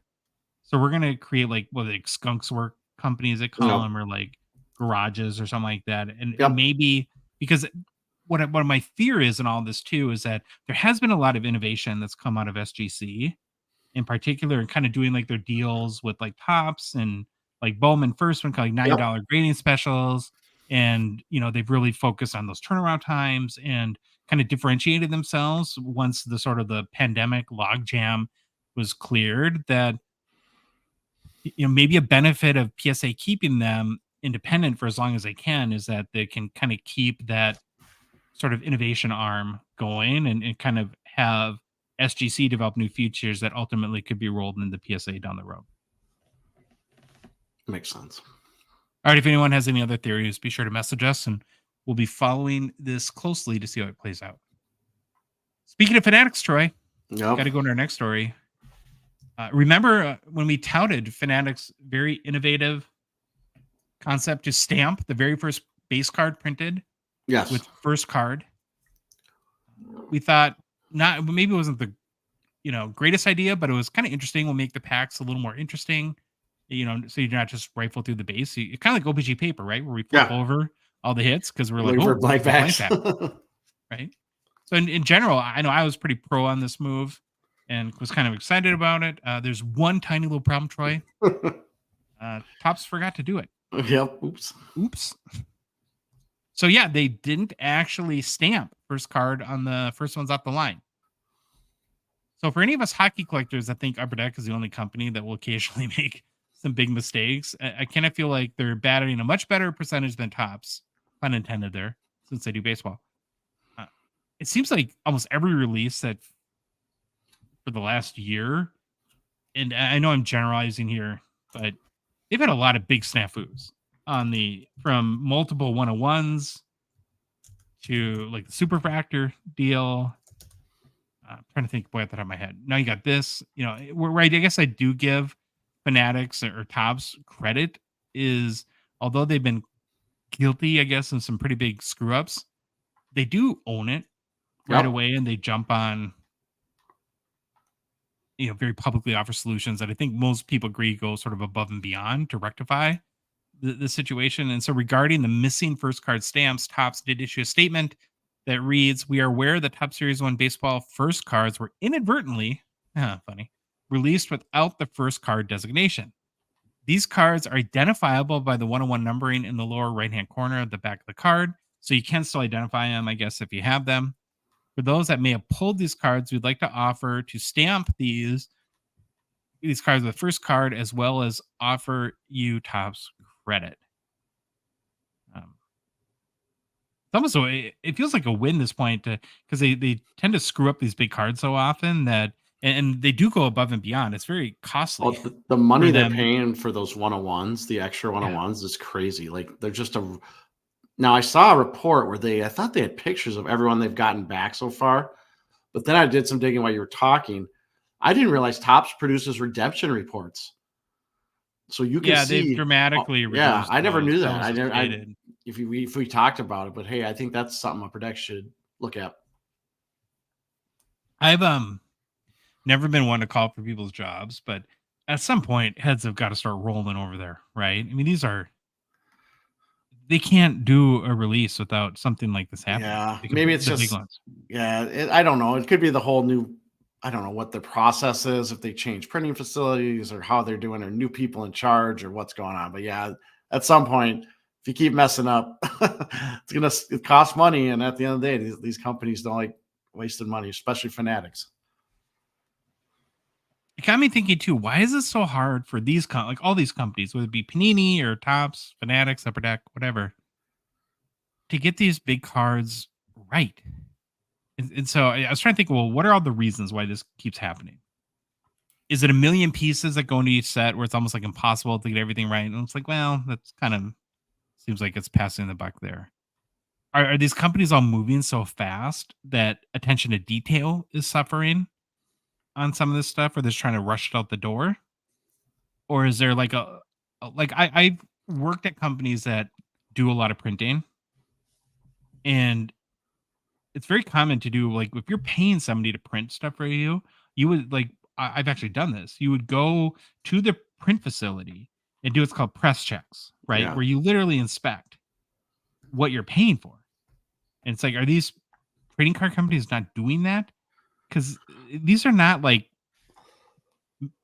insignificant cards that this is happening to. Like you would think that if you had a priority list, if you're going to do a press check of cards that you wanted to make sure that you were checking to ensure they're right, that like this would have been one of those on that list.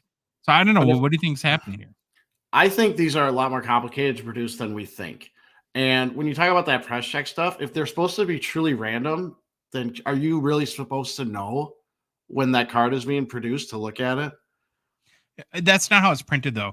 So they're printing all of them at once and then they collate them. Right? So Hmm. they print like in sheets, they would print all the same card, or they have like an order. Maybe it's not the same guy, maybe it's like in sheets, and then they would cut them and then collate them to randomize them at that point. And so, like in the case, like if you got a box that had all the same player, that would be a collation error. This is Yeah. an actual printing error where part of the now where you talk about that complexity is that cards are it's not like just like a one shot through the press thing. A lot of these are so complicated that the image has to be printed, then they have to be foiled, which is another process, or stamped. And so Or put a it's that patch in them or do something else. I they just didn't go through a truly think it's particular a lot printing more process. complicated than we think. That's what it comes down to. Because it's not like one company screws it up. They all screw it up. Leaf, Panini, Tops, Upper Deck, they all have issues at some point. And I can't remember which ones own their own printing facilities and which ones don't. But obviously that probably plays in it too, because if you have a third party, that's just an extra step. I just think it's a lot more complicated than I think, or than many people think. Yep. Well, oops. Fanatics forgot to do it. Okay, Trey, we got to move on to new product releases. All right. The 2023-24 Upper Deck Series 2 checklist is out. So we're going to roll through kind of the key aspects of the checklist, some of the maybe omissions or inclusions that are interesting. We're going to look at some of the designs as well. Kind of crazy to think about how long we're really on the doorstep. It's like I was thinking of like analogies to this and Bedard's Miss Eve. There you go. Yeah. Christmas Eve. There you go. And kind of feels like we're there. 2 more days, Trey. And Series 2 is out. Would you call it the most anticipated release in years? Yes. Yeah, I definitely think so. For sure. You bet, or whoever goes might have to line up early. Make sure we get a box. Upper Deck's been pretty close to the vest with images from the set. Like a lot of times, like they'll publish galleries a week or so before release to Facebook. They haven't done so in case there are images floating around of what people say, like people that let like tins go early and stuff like that with the Well, we've Bedard seen the Young Guns. wrong image. We've seen the wrong Yeah. Bedard Young Gun out floating around that someone tried to create.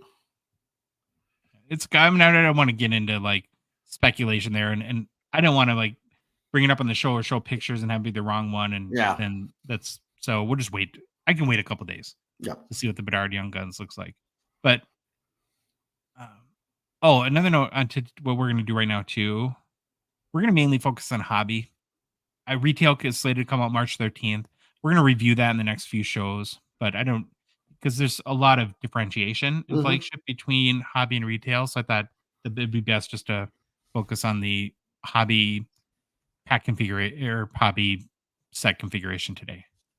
The place to start though is I want to review quickly, Troy, the new pack configuration that was introduced to Series 1, which, if you guys recall, was the first significant configuration update to flagship in like many years, like 15, 20 years, something like that. Where now each hobby box has 12 packs of 12 cards per pack. Used to be 24 packs per box. In the new configuration, each of the 12 packs has 9 base cards and 3 hits. Now you still get the 6 Young Guns per hobby box. Same as when there were 24 packs in the old configuration. In addition to going to the 12-pack format, Upper Deck has sunsetted or eliminated a couple Young Guns parallels in the new configuration. A Bon Voyage to the French variation that's no longer there. And then Clear Cut Exclusives, which was a very tough hit, is no longer in the set as well. But they did add a number of new parallels. So you have a Deluxe parallel out of 250, and then the Outburst parallels. So you have Silver, Red out of 25, and then, of course, Gold 101. As this played out, and I give Upper Deck credit here, it was good planning and strategery, Troy, to debut the new configuration for Series 1 as opposed for like Series 2. It got us all kind of used to it. So I think that we have a little bit better idea what to expect this week with Series 2 and the Bedard Young Guns chase. Would you agree with that? That they kind of timed that out well? Yeah, it worked out. They know what they were doing. It was the perfect time to do it. So given its flagship, the designs for both base cards, Young Guns, and a lot of the inserts will all carry over from Series 1. So we kind of know we don't know the photos, but we know like what the Young Guns branding will look like and all that stuff. Nothing changes there. Now, going back to like keeping the specific card designs and images sort of close to the vest, they have not, but yeah, Upper Deck to this point, at least not what I've seen, has published what the Bedard Young Guns will look like. Do you like that move, Troy? Do you like it kind of being a surprise, I guess, for release day? Or do you think it would have been better for them to? Oh, I'm fine with it. I have no problem if they want to keep it under the chest and have it a surprise on release day. I mean, let's be honest. You've seen enough Young Guns cards in your life. You can probably already guess kind of what you think it will look like. So let your mind run wild. A few Young Guns poses too, right? Yeah. It's not a canvas. They're not doing the canvas this time, so it's not gonna be a crazy fun picture. Just you've seen enough Young Guns, you got an idea, but I think it's fine to let it stew until release day. It's just another surprise. All right, let's dig into the Series 2 checklist here a little bit. So it's going to have your typical base configuration. You have 200 veterans and 50 rookies, and the 50 rookies are, of course, the Young Guns. We'll start with the Young Guns checklist. As a quick refresher, look at some of the odds as well. So base Young Guns, there's 50 players again on the checklist. It's 1 and 2 hobby pack odds. So again, there's 12 packs in a box. 1 and 2, that means there would be 6 Young Guns in your hobby box. Now, that gives you a 1 in 100 packs odds to hit a specific player. So if you're thinking Connor Bedard, right, he'll be in 1 in 100 packs, essentially on average. That's where you get when we've been talking about for the last few months, really, that it'll take about 8 1/3 of hobby boxes on average to hit a Bedard. It's that 1 in 100. So 100 divided by 12. Notable players in the Series 2 checklist are, for Young Guns, you have Bedard, of course. Then Ty Cartier. Guys, I gotta learn how to pronounce his name. Keep forgetting to do that. Sorry, Ty. Sorry, Kraken fans. Leo Carlson, Matthew Poitras, Kevin Korchinski, Pavel Minchikov, Connor Zary, And then you have the Bedard, Leo Carlson are the checklist for Young Guns. Of those guys, of course, Bedard is a huge, massive chase. And then, Carlson will be, I think, have a fair amount of people excited to pull his Young Guns as well. Josh, I have an update for you. Yeah. Cartier. Cartier. Yep. I found the pronunciation guide for. I found Nice. I found the 23-24 NHL pronunciation guide. It's helped immensely. Yeah. Well, people might not love that because they probably love rolling their eyes. I still screw them up. Everybody's name.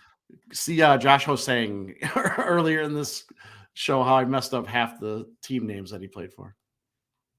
Okay, then when you're looking at parallels, there's Clear Cut, which is 1 in 144 hobby pack odds. So that means that there'll be a Bedard Young Guns Clear Cut in about 1 in 600 hobby boxes. It's kind of interesting to look at it. We never kind of had a guy who's so significant where you look at the odds and kind of multiply it out and figure out, how common that they'll be hit.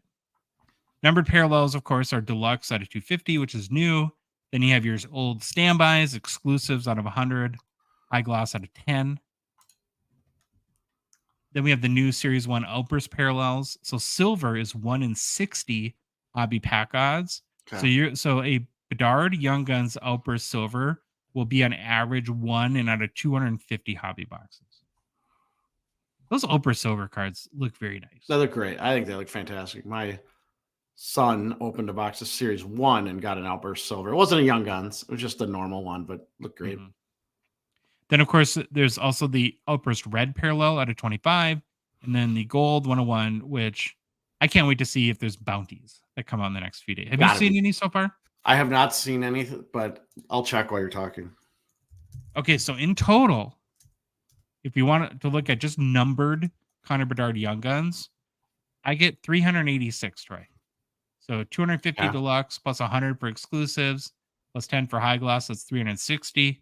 You got the 25 Outburst Red, 385, and then the 101, 386. This year that's number dramatically increased with the essentially additional 276 added to the exclusive, the deluxe Red, Outburst Red, and Gold 101. Yep. Okay. Now we'll look at the next Young Guns are the canvas cards.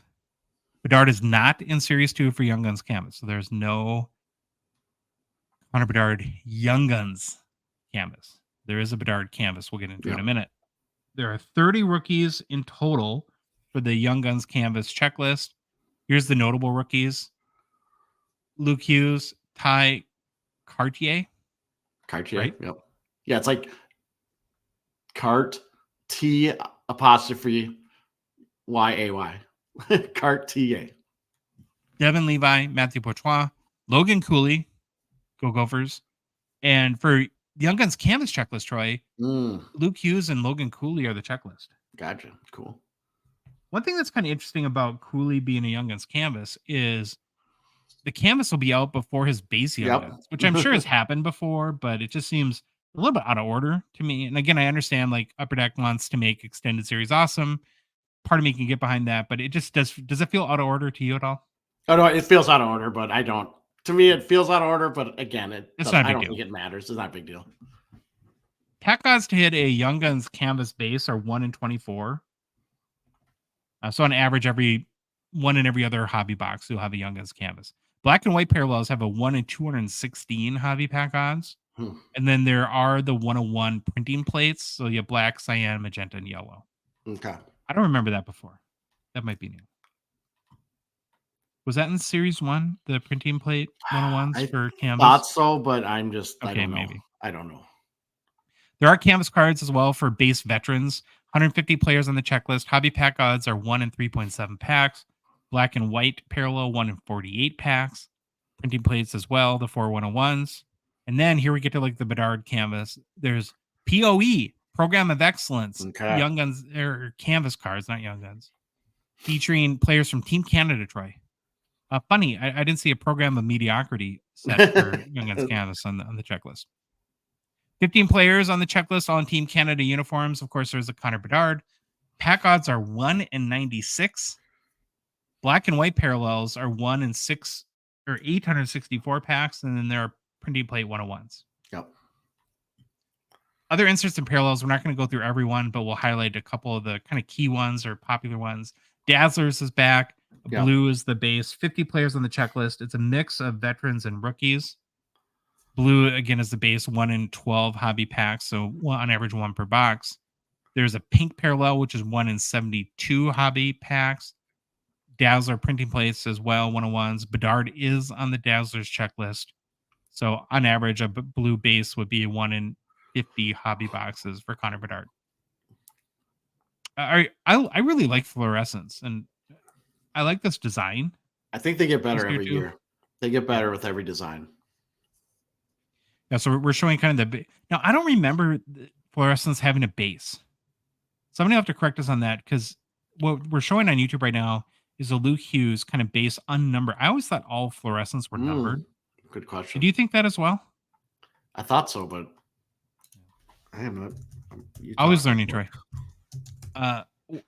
One kind of bummer, though, is there's no Bedard fluorescence, which kind of stinks. I have a theory about that, which I'll get into in a second. There are notable rookies, though, like Luke Hughes, Dustin Wolf, Yaroslav Askarov, Brock Faber, Matthew Knives, and Devin Levi. What do all those have in common? They're all carryover rookies, meaning they all debuted last spring. And so I know that cards that have a little bit longer manufacturing process or production timeline, sometimes that precludes Upper Deck from using guys that weren't in an NHL uniform till the start of the season. So my guess is that that would be the reason why. It just makes most sense to me. So pack odds to hit the red base fluorescence are 1 in 36 packs. There are a number of parallels, Troy. There's a gold out of 150, blue out of 50, pink out of 15, and green out of 5. What I find most interesting here is, isn't it odd that your green would be your most rare and your gold would have your high? They do that in platinum. Like our seismic golds are out of 50. Gold, Emerald Surge. Like Emerald Surge or 10 checkers or 20 orange checkers or 25. Only reason I know is that I bought it because platinum. It is a great design. I can't wait to see what some of the parallels look like too. Well, Troy, UD Portraits, of course, continues. We have the English, I'm calling it the English manner style of like paintings. Good. I love it. I hope they just run with these forever. Like, it must have been it was very decisive last year, we'll say. I like it, Troy. Yeah. Okay. It's the best portraits cards, I think, in a long time. Yeah, because I'll take this thing any day over. I know the ones were like what were they, like almost the brownish tint, just their big old face. They're supposed to try to look like old Westerns or something. And then I will take this any day over some of the previous portraits. I think these are fantastic. I know they're not chased that very much, but I love them. So base pack odds are 1 in 7 hobby packs. There's 30 cards on the checklist. Again, Troy, it's a mix of veterans and rookies. Notable names on the checklist: Connor Bedard. So that's another thing too that I think is kind of an interesting component, because all these are individual artistic interpretations.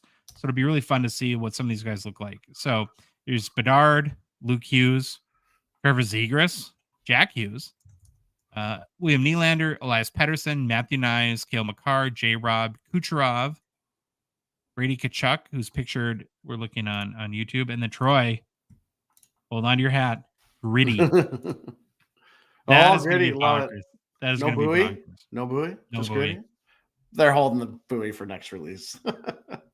That's awesome. There are parallels. So you can get a silver frame out of 99, a red frame out of 25, and then those would be the 4 printing plate 101s. I think it would be really cool if they did like a gold frame 101, but it was actually almost an actual frame. Like it was raised up like a thicker card. That would be, I think that would be signed by the artist. Signed by the artist. On the back or something like that. That'd be kind and the player. Might as well get them both. Yeah. Yeah. Batman too. Why not? I don't know if that would help the value. No, the value just decreased. No one wants it anymore. The very popular population counts are back. Hopefully the multiple Population 1 snafu has been corrected for this release. I assume it has, that they'll pay special attention to that. These are all basically numbered cards with the pop count on the card is supposedly being the print run of that. There's 7 total population count cards for each player in the checklist. So there's a population count 1,000, 500, 100, 50, 25, 10, and 1. 30 players on the checklist, a mix of vets and rookies. And yes, there is Connor Bedard. Also, Luke Hughes, Brock Faber, Matthew Nyes for key rookies. And then key vets that were not in Series 1. A lot of big names. McDavid, Matthews, McCarr, Nathan McKinnon. Highlighters is back, Troy. 25 players on the checklist, all veterans. Key names would be like Pasta, Ovechkin, McCarr, McDavid, and Crosby. Yellow are the base, have a 1 in 96 pack odds. Orange, parallel, 1 in 288 pack odds. Pink, 1 in 1,536 pack odds. And then green, 1 in 4,608 pack odds. Pretty tough chase. Now, I was actually a big fan of these cards. Like, I still have paid the most ever for an orange. That's awesome. Which is the stupidest thing I'm almost ever done. Look it up. I think it was like April 3rd, $90 for a Sidney Crosby orange. Stupid and ridiculous. But I'm a big fan. Pack odds are tough. I don't know. I'm not sure this will catch on and ever be a big chase, but I love colored acetate cards. Yeah, I like the picture. I gotta see it in hand because when it's on acetate, they're always a little different than what the picture looks like. All right, now we're going to kind of transition into what's new. And a lot of these are sort of like the common inserts that seem to be sort of recycled through a lot of flagship releases. So you have Deep Roots, which are 1 in 4 pack odds for base. There's a Purple Parallel, which is 1 in 144 pack odds. 50 cards on the checklist, all vets. Kind of cool looking.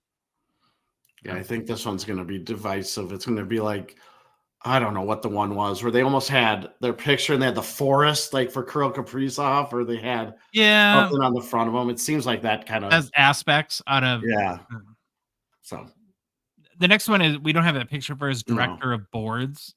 It's kind of your enforcer set.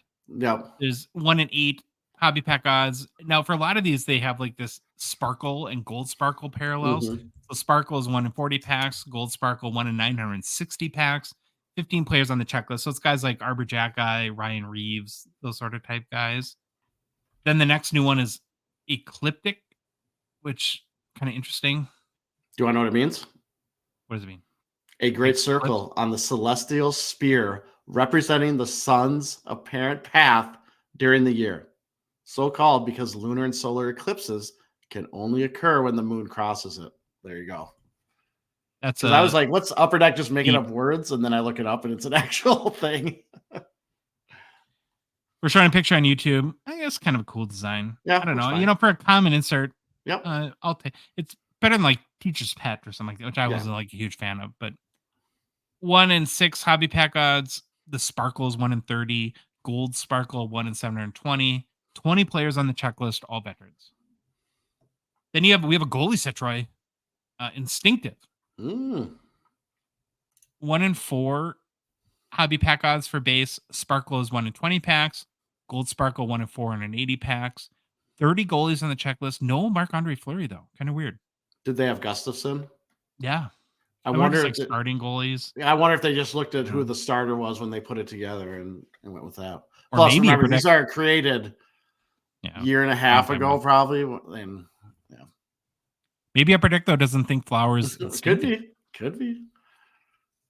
Actually, if knowing his style, he's actually very instinctive. He's all instincts. This next set is really kind of interesting, and you'll have to tell me, and we'll have to have people chime in because I haven't memorized every set that's come out in the last 20 years. But it's called Monster Season. It's a card that commemorates key moments from each game, Troy, of Connor McDavid's monster 2022-23 year last year. Every game? Yes, there's 82 cards in the set. Oh, wow. Right. Base pack odds are 1 in 14.5 packs. So not exactly 1 in every hobby box. There are gold parallels for each of the 82 cards numbered to 153. And you might be asking, well, why are they out of 153? That's how many points McDavid had last year. Okay. It's an interesting idea. I have no idea if people will chase anything. I mean, 82 versions of a McDavid commemorative card. I'm wild out, but it's a fact from like every game. Yeah. What did he not? He's got to have some games where he didn't do any point. Yes, I already Or he looked didn't it up. He play. does. I don't know. Like, I didn't look at it close enough to really understand. David does the warm-up lap and goes back to the locker room. And although he was like ridiculous last year, there wasn't like, it's not like, so if you did a set like this for Ovechkin and you did one for every game, and it's if this happens, the year he breaks Gretzky's goal record, I could see that specific card going crazy. They're really, I mean, they got knocked out of the playoffs last year in the second round, right? Something like that. And so I'm not sure that there was he had all like 82 really good games. There's not like one that really stands out, is what I'm trying to say. Can you think of another comparative to this? I was trying to think off the top of my head. I know. I'm sure there is. There is. They've done Gretzky things like the season highlights cards. They've done with like 10 Gretzky highlights or something. They did the 99 thing like when it was last year. I know that they've done special sets, but in flagship too. Yeah, somebody will have to message us and let us know. Then the last new one is called PC. Again, there's no image as of yet that I've seen.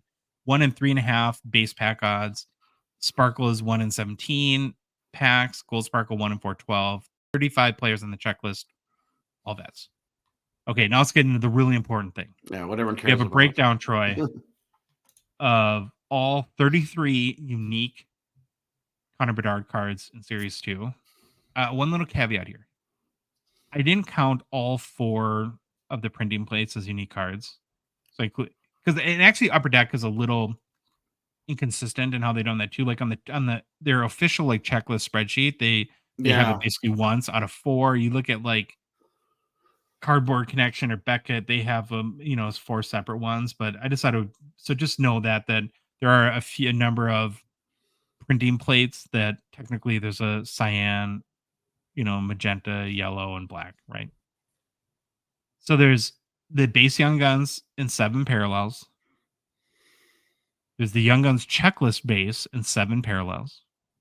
So that right there is 16 unique cards. You have his Dazzlers, which there are 2 parallels, population count, where there's 7 total cards. So there's 6 parallels. The Canvas Program of Excellence, there's a base and 2 parallels. And then the UD Portraits that has 3 parallels as well.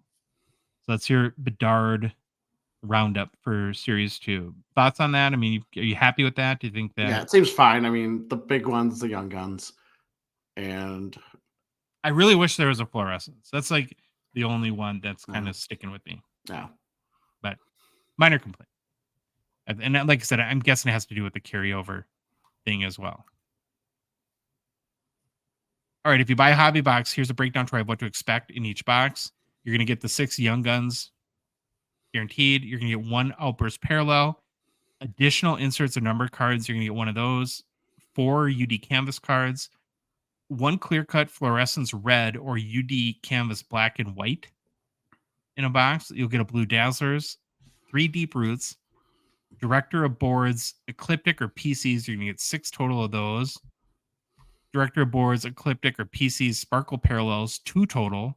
Glaring or Monster Season, 1 total.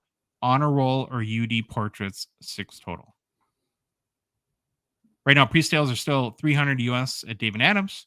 Close to char right now, Troy. It's $340 Canadian, which correlates to $250 US. It's kind of significantly less. So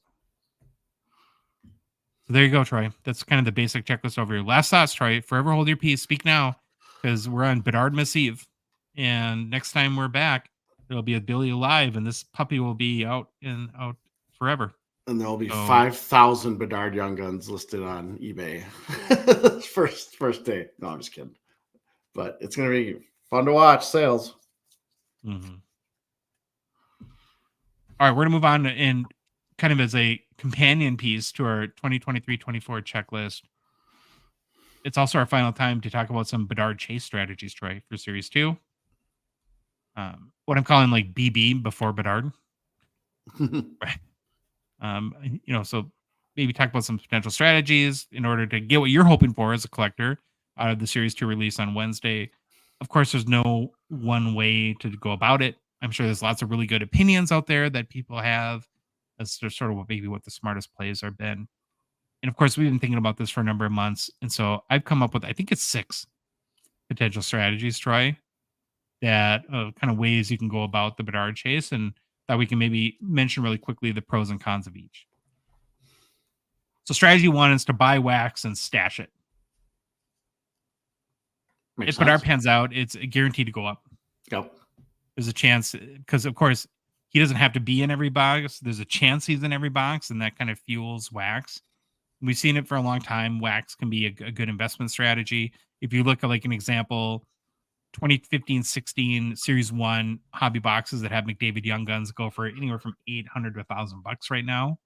So that's a nice ROI to people that would have bought it in 2015. You're looking at like the pros of this strategy. The Bedard Young Guns is actually in 1 and 8 and the third hobby boxes, as we've mentioned ad nauseum at this point. But if you're stashing wax, he's possibly again in every box, so you can't lose out if you don't hit a specific Bedard card. As long as the 101 is not pulled, that could accelerate appreciation a lot. So you get 2-3 months down the road and you've stashed those boxes, there could be, a lot of market movement on those because of people still kind of chasing that 101. It's like a pull tabs box, right? Yeah. If the more boxes that get opened or more pull tabs that get opened and the big prizes are still there, people tend to go after it more aggressively. Looking at the cons of stashing wax, Troy, it's not as fun, right? It's fun opening cards. If you have Bedard or Series 2 hobby boxes or cases in your closet, in your it could haunt your dreams. You can sweat at night knowing it's not, wake up at 3 a.m. in a cold sweat and be like, I have to go open those boxes. Maybe that's just me, but more of a storage issue, right? Storing boxes, minor issue, but. And then you have to time the selling just right. Going back again to the 101 thing. If once that 101 is hit, let's say it is 6 months down the road, I would assume the values are going to go down almost right away to some degree. I mean, they won't be like get wiped out or anything. And then the last, negative is most significant is you really have to look at the long game. It's kind of you have to wait it out to get that ROI. Like, we said, you can get Series 1 hobby boxes or sell them 2015 right now for upwards of $1,000, but you would have to wait 9 years to get that ROI. So my strategy 1 is buy in wax and stash it, Troy. Can you think of any other pros and cons? Well, con would be 2, he doesn't pan out. Like he's playing great now, but but that's sort of on any of these strategies, right? Yeah, but you're right. If you don't, because it is the long-term play, you're gonna probably most susceptible to getting out before he doesn't pan out. All right. Next is to buy some boxes or cases and open them. Hope for your bedsies and at least base ones and pray for a jackpot. Of course, many people are going to be doing this starting very early Wednesday morning. The pros, of course, you can immediately get a jackpot and get a Bedard, basically buy your case or box back. It's a lot of fun, especially if you hit something big. You get that big rush that we all get when we hit big cards. You can get your ROI a lot faster. I mean, we're going to see probably 8 a.m. or earlier some Bedard's Young Guns selling on eBay right away. Because I bet people are ripping it. Well, I bet people will open it early. I'm not going to be surprised if stuff starts popping up tomorrow or Monday when we record this. Looking at cons, in my mind, tried the obvious ones at 300-ish a hobby box US. Again, 1 and 8 1/3 hobby boxes for Bedard Young Gun base. A lot of people are going to get smoked on their hobby boxes. You're probably going to get smoked, even though which is kind of true with any rip that you do, but we're just not used to flagship at these prices, so it's going to feel worse. If you open a box or 2 or 3 and strike out, you might have a lot of FOMO, especially because you're going to go on like whatever social you use, like Twitter or Instagram or Facebook, and then it's going to be like, I opened up half a pack and I got 17 Bedards. It's like I'm 6 boxes in, I've got nothing. Yeah. Anything to add for pros and cons to buy and rip? We rip enough to know it's the thrill. You can hit something big right away, but more than likely you're gonna get crushed and be sad. You can try your luck with breaks. Now, again, you get into expensive boxes, and it kinda, I think, leads people down the breaking route. Troy, pros, again, you're not limited to a box or two, so it's a lot easier, more palatable financially to get into some case breaks, maybe at a lower entry cost. You get a lot more boxes than you would, of course, on your own. And depending on the team cost or how they do Bedard sort of distribution from breaks, you might have decent odds of hitting one. So, like, for instance, we've seen a lot of breakers that plan to random each Bedard hit. So, like, if you own the Blackhawks, you don't get Bedard. Every Bedard that's pulled gets randomized to the break. So let's just say, I don't know how many typically Bedards are going to be in a case, but there are 15 different Bedard cards from Young Guns to portraits to all of them in a case, and there's 32 spots in a break. You might actually have a much more decent chance of hitting a Bedard of some sort in that break. Or if there's a random team break and you're paying a flat rate, you might get lucky. I mean, it's not good odds against not 1 in good 32, but you could end up getting in Chicago pretty cheap. And then in that case, you could do very, very well, even if there's just a handful of Bedards.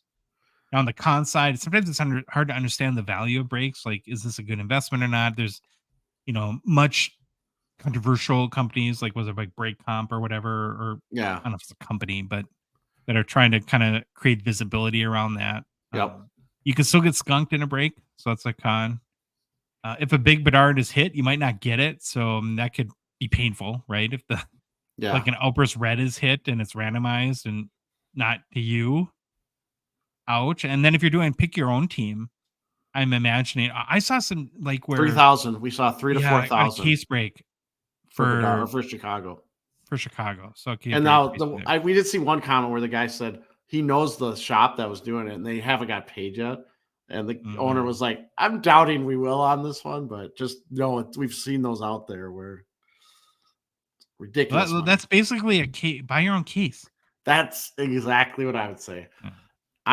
Breaking is going to be very interesting with this product because I just don't know. I don't know. The next potential avenue is to buy singles, of course. That's where you let other people take their risk and wax. Yep.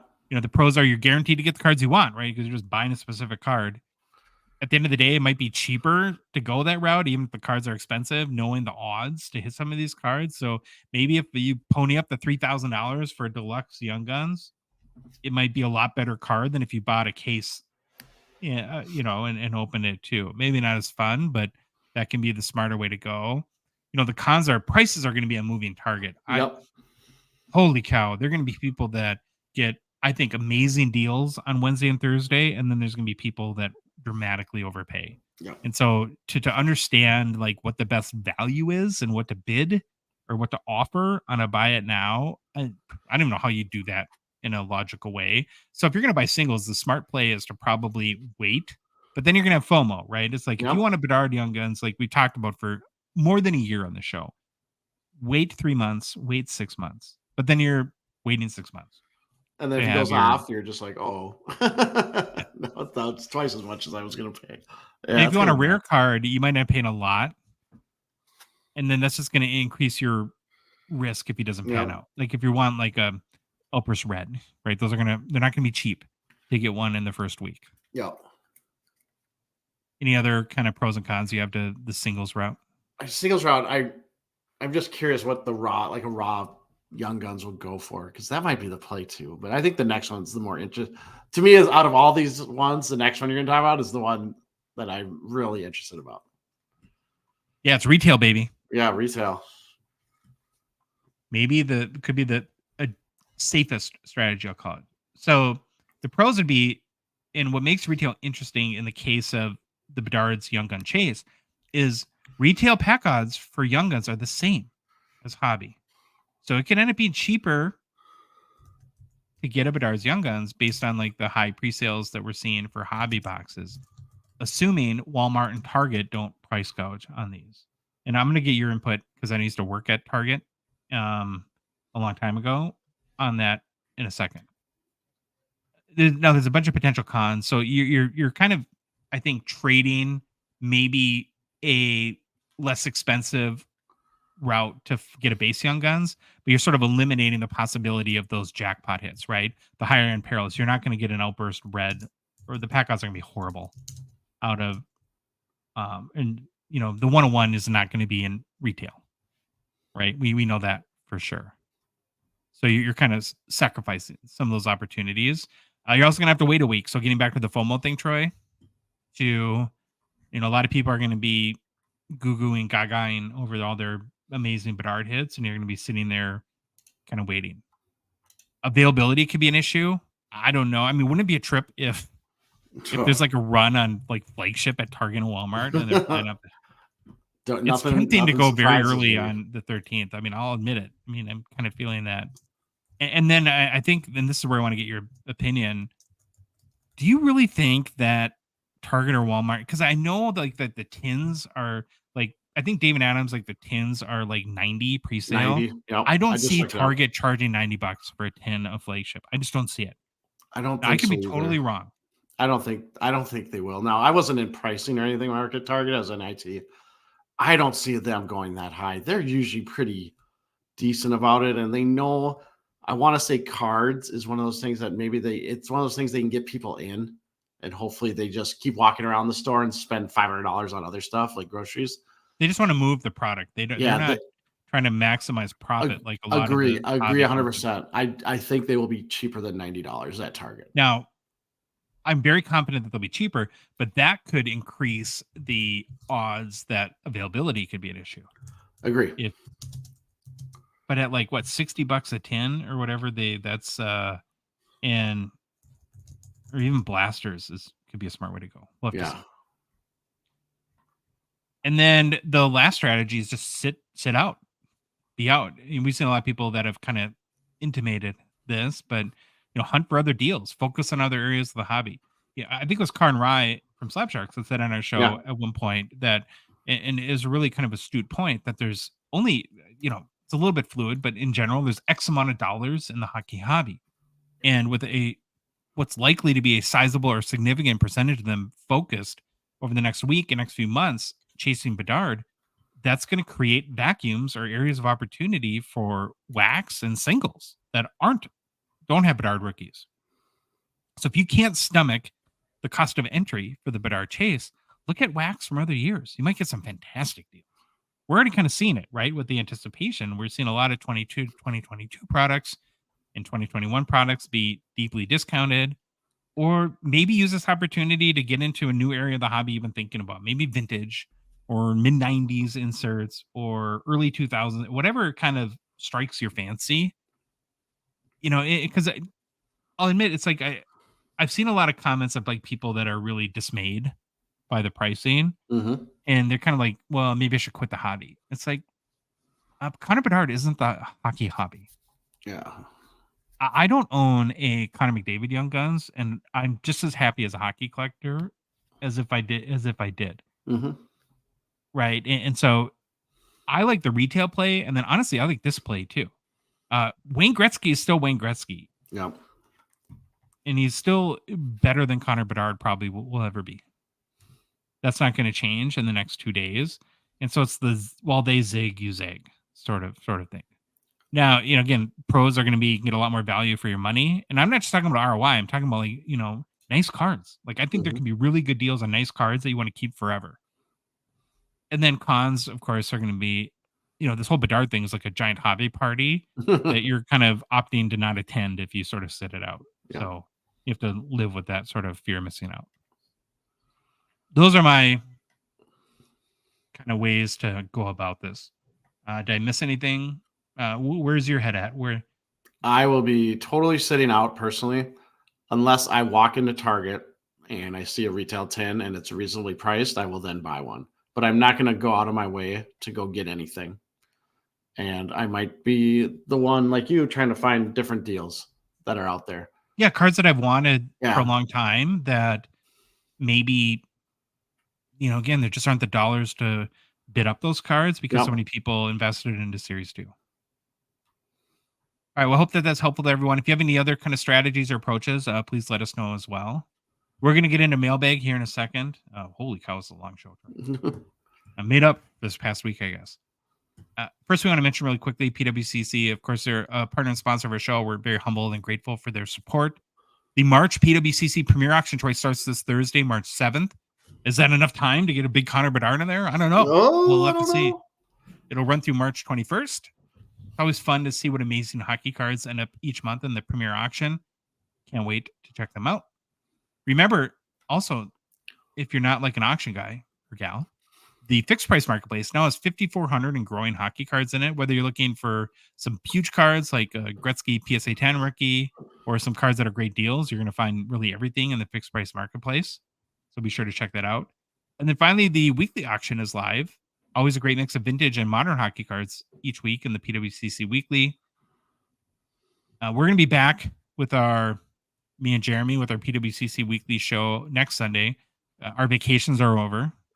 So with 2 weeks we missed with my vacation and Jeremy's. Again, so that'll be this upcoming Sunday at 8:30 Central Time.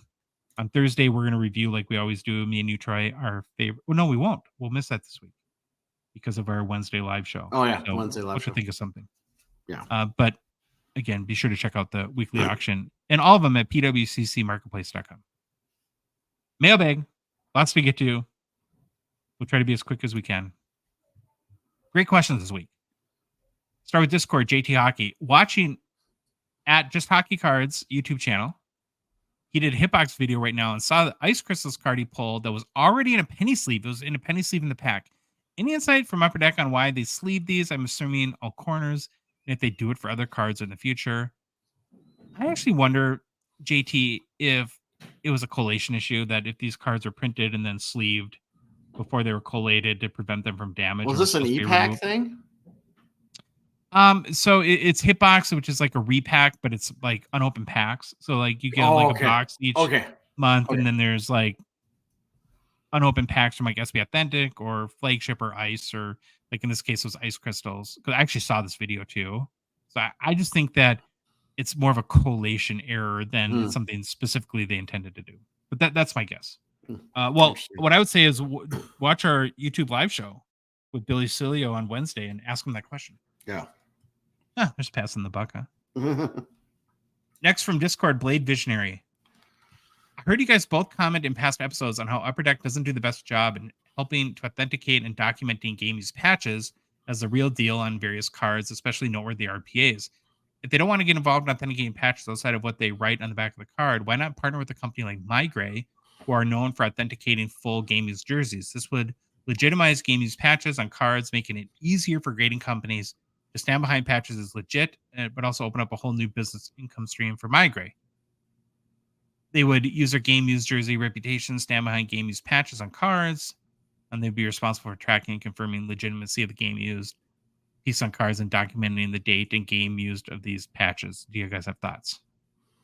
You took this one, Troy. Well, yeah, it's definitely interesting to me, and I like that, but I think we might be missing. I think I have a little different opinion than what the question stated. My issue's kind of always been that they don't document, like in a way, like a photographic evidence of what patch is included with each of the big cards. Yeah, what I think he's saying is like that they could outsource this to MyGray. Okay. Because I mean, I completely believe Upper Deck when they say that these are game-worn patches. I believe them 100% that these patches are from game-worn jerseys. But yeah, the next step is kind of like Major League Baseball does. You can hologram with a code or something, and you can go see what game it's from. But if you outsource that, which I agree, I kind of like that idea. There's a company that does this. I don't know a lot about them. I looked at their website. I know they do this kind of thing. And if you outsource that to them, 100% agree. That's awesome. I would love that. I would love to know where my patch is from, what game, and that it's truly authentic, even though I believe Upper Deck when they say it's authentic with the little note on the back of the card. But it's definitely an interesting concept. We've seen, I think, some companies, maybe PSA, or Golden, they do the photo match kind of thing where they might have a Babe Ruth item and they'll photo match it to give some more authenticity. That's not foolproof either. I mean, MyGray. Oh, no, it's not. No, for sure it's not. Jordan jerseys. Yeah. I would love the additional provenance that that Blade Visionary is suggesting, when it comes to like making sure the patch is authentic to the card, I'm going to be a broken record on this. I want Upper Deck to, whether it's like super glue the crap out of the patches or construct them in a way where you literally can't remove the original patch without destroying the card. Yeah. I think that solves all those problems. All right, Discord, MKE Breaks has 2 questions. He says, what's your favorite PC card you own? So I'll go first, Troy. Mine is my 1999 Topps Premier Plus Mario Lemieux, Jaromir Jagr Club Signings Dual Auto. It's a PSA 9. It's, I think, the first dual signed card that they had. Now, a distinction that's significant to me and that's not significant to everyone is it's a playing days card. So they were both still playing in 1990, right at the end of Lemieux's career. And so I really appreciate that as well. Yep, that's a great card. I've seen it in person. That's really cool. All right, mine. All 3 of the 2013-14 the Cup autographed monumental patches for Pekka Rinne. I'll just hold, like you can see if you're watching on YouTube. That's the first one. Those are sweet. Yeah, these are by far my favorite cards ever. That's where did you get them? Slab Sharks. Slabsharks.com. That was kind of nerve-wracking because they were all ending right at, I think, the same time or within seconds of each other. So I had to like kind of think of my max bid. Oops, that was upside down. Sorry. I think there we go. And that's the third one. So yeah, they made 3 of these and I have all 3. And they were sold, all 3 separately were sold on Slab Sharks. And I won the auction for them. But by far, these patches are so cool. Yeah. And that is just awesome. The one with the eye, but yeah, that's my favorite. It's awesome you have all 3. I think you would have still been happy, but it would have sucked to lose out on, let's say, like one of them. Yeah, let's just say my top bids were I wasn't losing out. Did you mega bid, Troy? Did you? I did. I put a hefty chunk of change in my max bid. Like $7. Okay. $7. Next question. Who do you guys predict to win the Stanley Cup for the next 5 years? Well, we're going to answer this, but if we really knew the answer, we would be in Vegas. Quit the show, go to Vegas, and I'd be back in Cancun for the rest of my life. But so I'll go first really quick. So I think that 4 teams are going to win the Cup in the next 5 years, with one of them winning twice. I just don't know who. I'm going to say Edmonton, New Jersey, Colorado, and I'm going to be a Bedard homer and say Chicago. Chicago will be at the latter of the 5 years, not next year by any stretch. But I think they'll build the team. I didn't pick our Wild because we live in Minnesota and we can never have anything nice or win. I said I could tell you who won't win the Cup. Minnesota for sure will not win the Cup. I'm with you a little bit. I think Edmonton for sure. They have to be the highest betting odds of winning the Cup in the next 5 years, especially with McDavid, Draisaitl. But again, those guys become unrestricted free agents. I know different seasons, but it's pretty short, like next 2 or 3 seasons. So if they don't both fall back to Edmonton, I don't know if that affects it, or that definitely affects it, but we'll see. And my other teams I listed off, just thinking about them: Carolina, Colorado, Florida were my 3 others. I don't know who. Yeah, but what about your Canadian team, the Leafs? Toronto's just scares me sometimes. It seems like they finally got over the first round hump. So now it'll take another 25 years to win the second round or whatever. Sorry.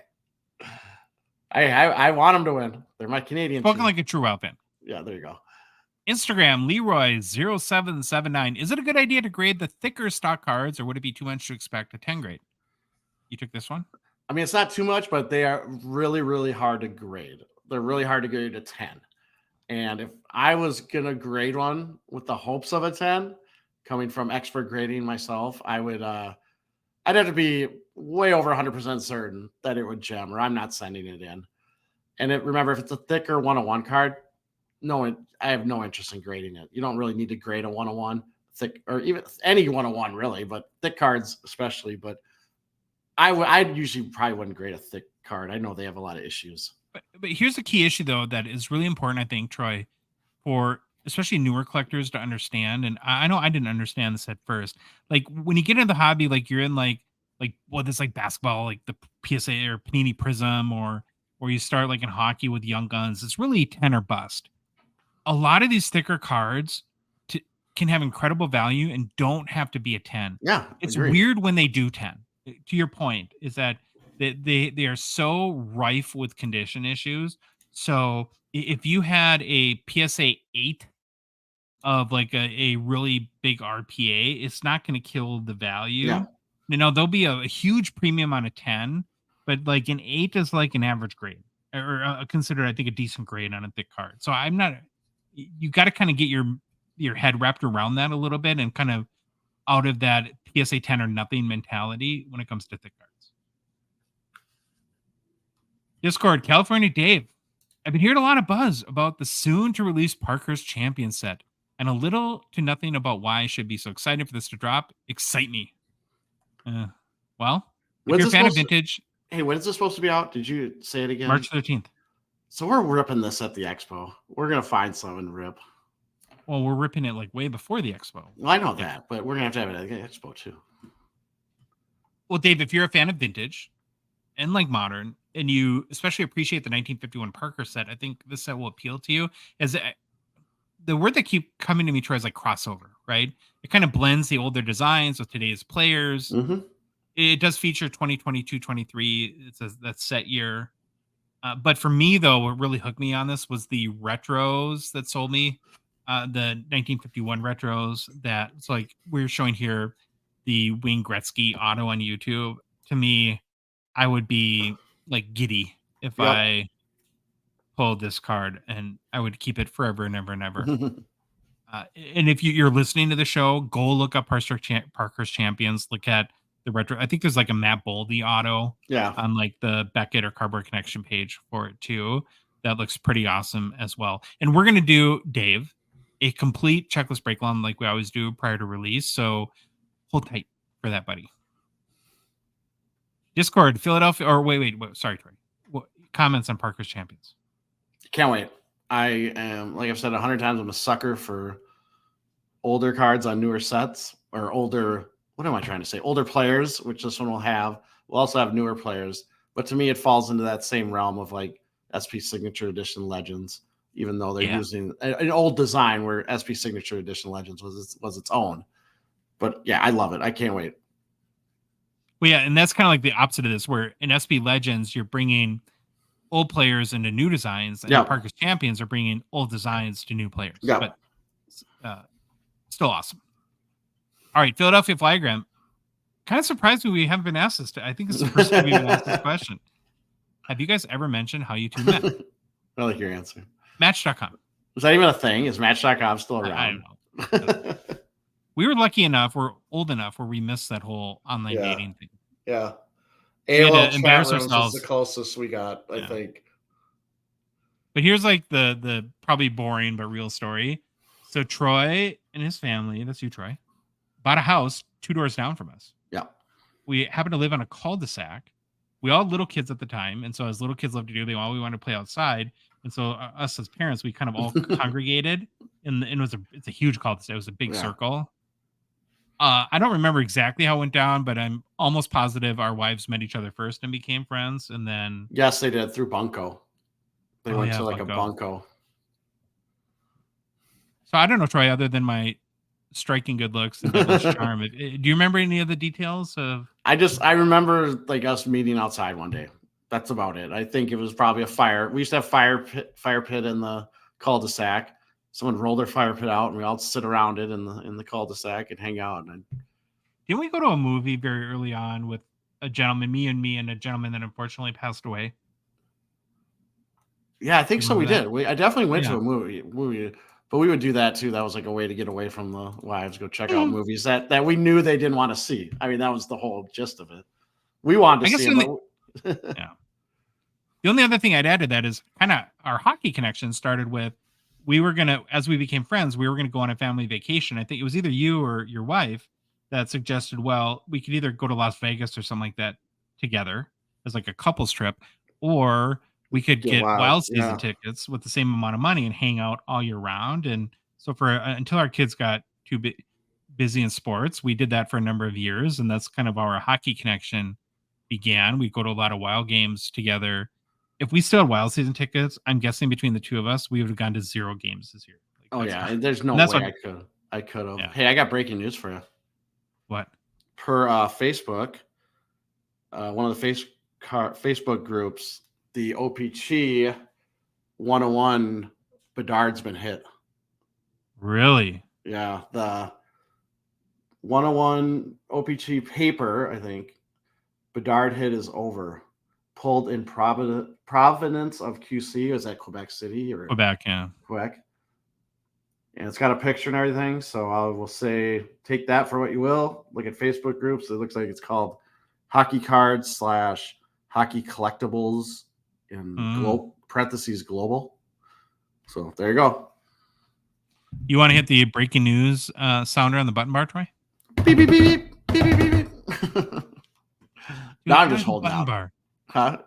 I went to Micro Center because I know the one I want, and I got a gift card to Micro Center and I wanted to use it, but then it was sold out. Okay. All right. 86 collectibles from Discord. I've always been curious to know how the state of Minnesota media and fans reacted to the news of North Stars moving to Dallas. How upset were you guys? Did you still follow and root for the team when they went to Dallas? What was the reaction to the news of the Wild being announced? From an outsider standpoint, it doesn't seem like there's a rivalry there in today's game. Is there? Do you miss Modano? Well, Modano, you're going to go into this in a lot more detail. I'll just give my real 2 seconds. We hated it. Yep. It was a joke. We were screwed by Norm Green, who's maybe the most hated personality in Minnesota sports history.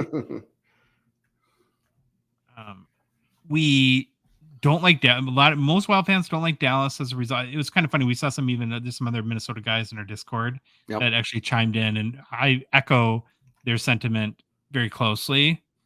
We were excited to get the Wild. I think it was embarrassing not to have an NHL team for the it would be in the state of hockey.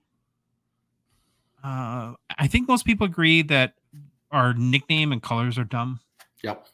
And we don't love that aspect of it. But, and so like anytime like the Wild wear the reverse retros, people you go to a game and there's more people in North Star Wild jerseys and North Stars colors than in our regular team colors. So, actually, I think it would be a lot had the state been able to do some sort of deal with Norm Green where we kept the North Stars name and colors.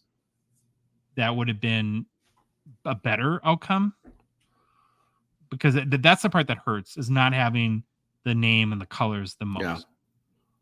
But you go on. No, you nailed about everything I was going to say. Don't like Dallas. I never rooted for him. Norm Green is a terrible person. Huge news when it happened here. It was on the news all the time leading up to it.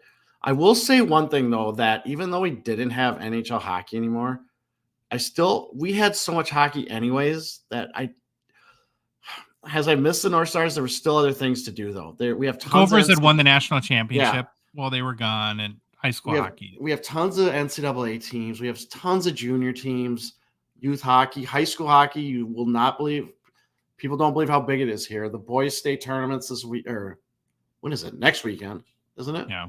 And they're going to sell out the Xcel Energy Center. There's going to be over 110,000 people that go to a 3-day tournament. It's crazy. And that stuff was still around. You mentioned the whole rivalry thing. No, there's zero rivalry with Dallas. We don't have a rivalry with anyone. Maybe Winnipeg, but I bet Winnipeg doesn't see it that way. That's probably the true Minnesotan thing where we think we're a rival with someone, but the other team's like, no, we're not. Like Vikings, Packers. They're actually Packers are rivals with the Bears more than they are with us. So you nailed it though. Yeah, I don't hate Dallas. Loved Modano, but I did want to say this. It was pretty interesting when he was in Minnesota. I think he had a couple interviews or he was misquoted or something, but the media portrayed him as he didn't want to be here. He wanted to get out. And there was a lot of kind of bad blood between some fans and Modano, and it didn't really soothe over until like the Wild brought him back. He worked for the Wild for a little bit, and then he still works for the Wild, doesn't he? He might still work, but I think that soothed it over for some people. But there was a rift there between some people and Modano. The rivalry thing is weird. I think for a while, like Chicago, you could have said, like in the early days of the franchise, the Wild franchise, and then maybe St. Louis a little bit, but between the Wild and St. Louis, we're not good enough to be. Other than when St. Louis won the Stanley Cup a few years ago, but I thought the NHL tried to make they literally in our media guide tried to say we had a rival with someone our first year, and it was another first year team. I can't remember who came in the league with us at the same time, but it's just like, no, that's dumb. JT Hockey. I was unaware of the player assistance program prior to Spencer Knight entering it. It's been around since 1996, but seems to be more in the spotlight with him, Nichushkin, and Kuznetsov,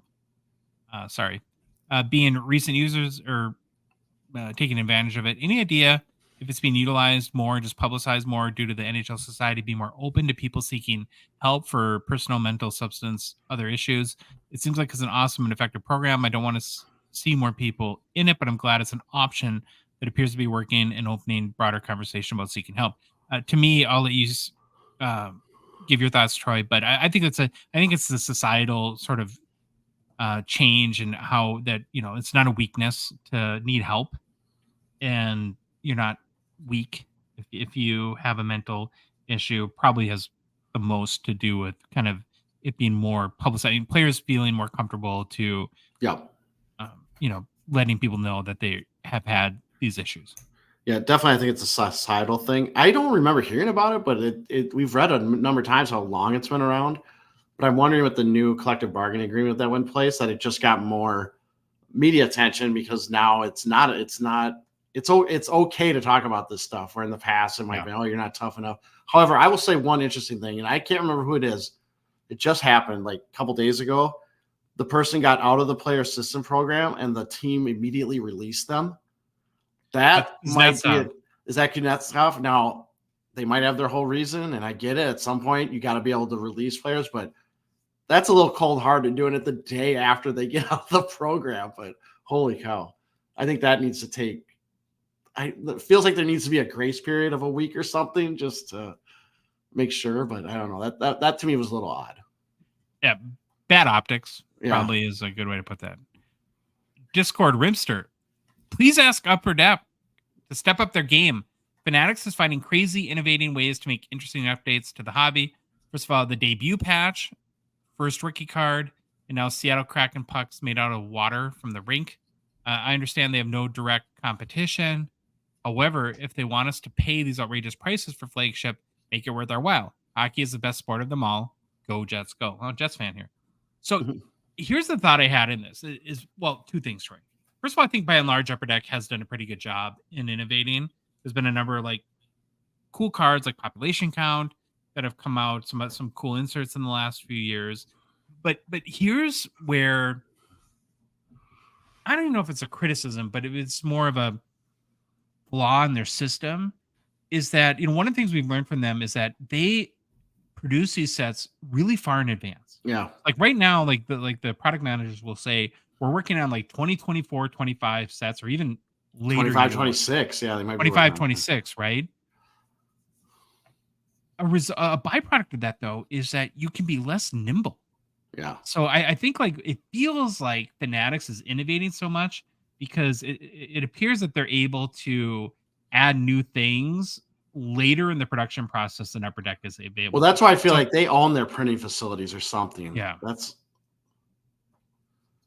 because like the great idea, like he's talking about, Upper Deck might have that today, but it doesn't. You don't see it. You'd have to take a while. For like 2 years, and then it doesn't feel as new of an approach by then. So I would love to see them kind of try to find ways to be a little more on demand with kind of new ideas and balance kind of having that long production cycle with the ability to kind of add new things or react to opportunities. I guess maybe it might be a good way to put it.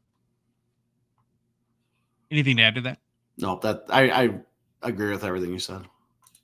All right, Instagram, Bing Cards, 1994 Pinnacle Sylvain Turgeon card is a fun surprise, supposedly a hidden gem. I had no idea what this is, but I saw that you took it, and so I'm cannot wait to find out. Sylvain. It's Sylvain Turgeon. No, Sylvain, because of our friend Sylvain. Gotcha. Yeah.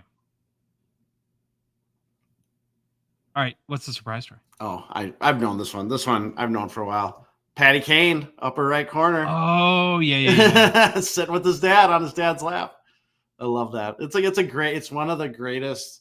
I don't want to call it an Easter egg, but just one of those most random people in the background cards. But yeah, if you look at the top right, there's a little boy sitting on his dad's lap. That's Patrick Kane. It beats like the famous NBA card, the Mark Jackson. Oh God, I think yes. it's like with like the Menendez brothers in it. I have this that is a little card. bit of a little happier story than that. Yes. Instagram Nonstop Collectibles. Josh, did you find hockey cards in Mexico? I did not. And actually, to like be like a tiny bit serious for a second, I actually took a very purposeful step away from the hobby, and we kind of went to I have a son who's a senior in high school, and so it's we're kind of getting ready to send him off to college, and we wanted to kind of go on a big family trip. And so I thought it's a good time to really focus my energy there, which I think for all of us is probably because our hobby can get quite obsessive at times and we all feel it. And it was a very healthy break for me. And then actually getting back yesterday, as tired as I was, it got me excited to re-engage back in hockey cards. Yeah, I will be doing the same thing as you in 2 weeks. Not Mexico, but I will be taking a purposeful break. Okay, Instagram, Schwab's hockey cards are the new seismic gold. It's the most ugly version of that parallel you've ever seen. Hold on here. The gold. My time to shine. Yeah, okay, Troy, go ahead. There we go. All right. I'm just going to show this. Yes, I do not like them. I'm sorry. Compared to the past ones I'm showing on YouTube, they just seem, the color of the gold is very muted or darker bronze. So I do not like them. I love the old or the previous ones that were shiny gold, looked really gold. So I'm not gonna say they're not the ugliest card I've ever or ugly version of parallel I've ever seen, but I wish they were more shiny gold. Hopefully for Bedard, Ricky, they're better. Yeah, I think the gold is a little flat. Who knows if that's what Upper Deck intended? Maybe it was kind of one of those deals where it didn't turn out like they expected. Yeah. Some of the parallels that we just got actually a couple hours before the show our boxes of platinum, so we weren't really prepared to talk about it. We did open it though, and a lot of the parallels do look very nice. Yes. So, I think that just the seismic gold probably didn't turn out as good as it could have. And I know this is maybe jumping ahead, but I will say I think the centering was fantastic on my box. All of them, all the cards looked pretty well cut. I didn't have any major miscuts or anything. A lot of the production issues I think were fixed, so that's a good on Upper Deck for focusing there. Instagram, Frank Chavny. I have a couple Lemieux box bottoms graded as authentic. Do they have value? So I think this comes out of there's a record sale for like 30 grand of a PSA 10 Lemieux box bottom for his rookie year. Those are significant because you don't have the tons of parallels that you do today. You basically have the Topps rookie and the OPG rookie, which largely look the same. And so to have that variety, a lot of people chase those. They are very cool cards. They're hand cut. Now he says his are authentic. They're graded as authentic. And so looking at a value perspective, it's going to come down to the card condition, Frank. And if they're authentic, but if they've been altered in any way or miscut, or because there are very specific rules about how you hand cut them, like go look at the PSA 10, you'll see like you actually have to leave the border. So it actually looks like it's not a good cut job. But in order for PSA to grade it a 10, they have to see evidence of that original border on there. I'd love to know exactly the reason why someday, but I just know that that's the case. And so what I would do is I'd go to like the 130 point, look at some sales, compare your condition to find like condition ones and what they sold for. But as far as to how valuable they are, who knows? But they're pretty dang cool if you have a couple of them. So congratulations. There. Yeah, they definitely have value, but just how much is condition, like everything. Instagram, El Chavez 777. What's your favorite team? Easy one for us. Yeah, the Wild. Maybe unfortunately. All right, I want to spice it up though, Troy. Yeah. I'm going to ask you, what's your least favorite team? Ooh. All right. Well, favorite, Minnesota Wild. Least favorite, I guess. I actually thought about this because I was like, who do I not like? And it always comes back, Winnipeg Jets, just because they try to injure Kaprizov all the time recently. And it's probably more that I'm jealous of them when they come down to the Xcel Energy Center and they sell out the arena. And like we got these wild, like half Wild fans and the Jet fans are like taking over the building. I've always thought of them probably as the most, I don't know, recent. Like I said, kind of gets back to that whole rivalry thing. Where it's like I consider them the rival. Jets fans are playing on. We don't care. You're just close, so we can go to a game. But stop hurting our boy. Yeah, don't stop hurting. Not nice. Stop hurting Kaprizov. Not nice. All right, Instagram, any1sc_97. What will be the second highest selling Young Guns card out of Series 2? How much will it sell for, and who will it be? So I think it's pretty safe that'll be Leo Carlsson. I'm going to guess $100 raw under the gate. What do you guess, Trey? Well, I was going to say it's going to be another Connor Bedard, because Connor Bedard's going to have the top 30 sales of whatever parallels are going to be up there. And then, but yeah, it's probably going to be Leo Carlsson. Value. Okay, I got a question for you. No idea. Do you think the Bedard checklist sells for more than the Leo Carlsson Young Guns? I do too. Yes. Instagram, Card Lad. How many 2023-24 Series 1 Outburst Golds have been pulled in any Young Guns? So, Troy, you did some basic research, and I kind of added on here. Yeah, I'll go first. So I used Card Ladder, and again, it's not going to be 100% perfect, but it's pretty dang close. And I counted 37 Outburst Golds have sold, with the highest one, and I actually verified this one on eBay. There was an Austin Matthews PSA 9 that sold for $2,959.34 US. But then I'll let you add on. Yeah, and then you look at overall, what I'd say is that it's almost impossible to know how many have been pulled. Yeah. But it's more accurate to know how many have been sold, right? Because not everyone in the hobby is on social media and kind of posts their hits there. Publicly sold, I guess we'll call it. And even if they do, it's hard to monitor the whole hobby through social as well. So just looking at sold, I then kind of tried the second part of your question about Young Guns. So I found 6 that have of the Outburst Gold 101 Young Guns that have sold per Card Ladder sales history. None of them are super big names. So it's Akito Hiros, Tristan Robbins, Jet Greaves, Matthew Kessel, Samuel Bolduc, and Henry Thrun. Okay. Cool. Instagram, Kevin B. Smith. With the OPG Bounty Puzzle and many other sets done and redeemed within days of product release, why doesn't Upper Deck number their bounty card puzzles? Or at least one of the 9 pieces. Give people who aren't rich or breakers a chance to get the bounty prize. There are 50 prizes. Why not make the 9th card of the puzzle number to 50? I don't know if I understand exactly the question. Do you? I think he's saying like if the way it is now, and this is where I say I will never do a bounty, because one, I probably don't have enough money to do them. You have to spend a lot of money. You spend a lot of money, and you spend a lot of money right away. And he's saying, well, for people that don't have the financial capacity to spend so much money in a short amount of time, maybe one of those puzzle pieces is a short print. So while everyone just get the prize if you hit that one piece. No, I think he's saying even though you still have to redeem all the cards, like we'll say 1 through 10, that 9th one being out of 50, that's a lot harder game, or maybe trying to find it. But again, it still doesn't solve the price, because that price is going to shoot up huge on that card now. So maybe I'm misthinking maybe it is thinking like you are, where it's like you get that one and you get some kind of prize too. I don't know. Yeah, well, I think it's a balancing act with these, is that they want to have them as hits, right? So like a bounty puzzle, it's a great way to have a hit that in of itself doesn't mean much, right? Because you have to get all, in the case of OPG, all 9 cards. But and you have to produce enough of them to make sure that there's enough opportunity, because again, not every bounty card that's pulled gets listed to eBay either.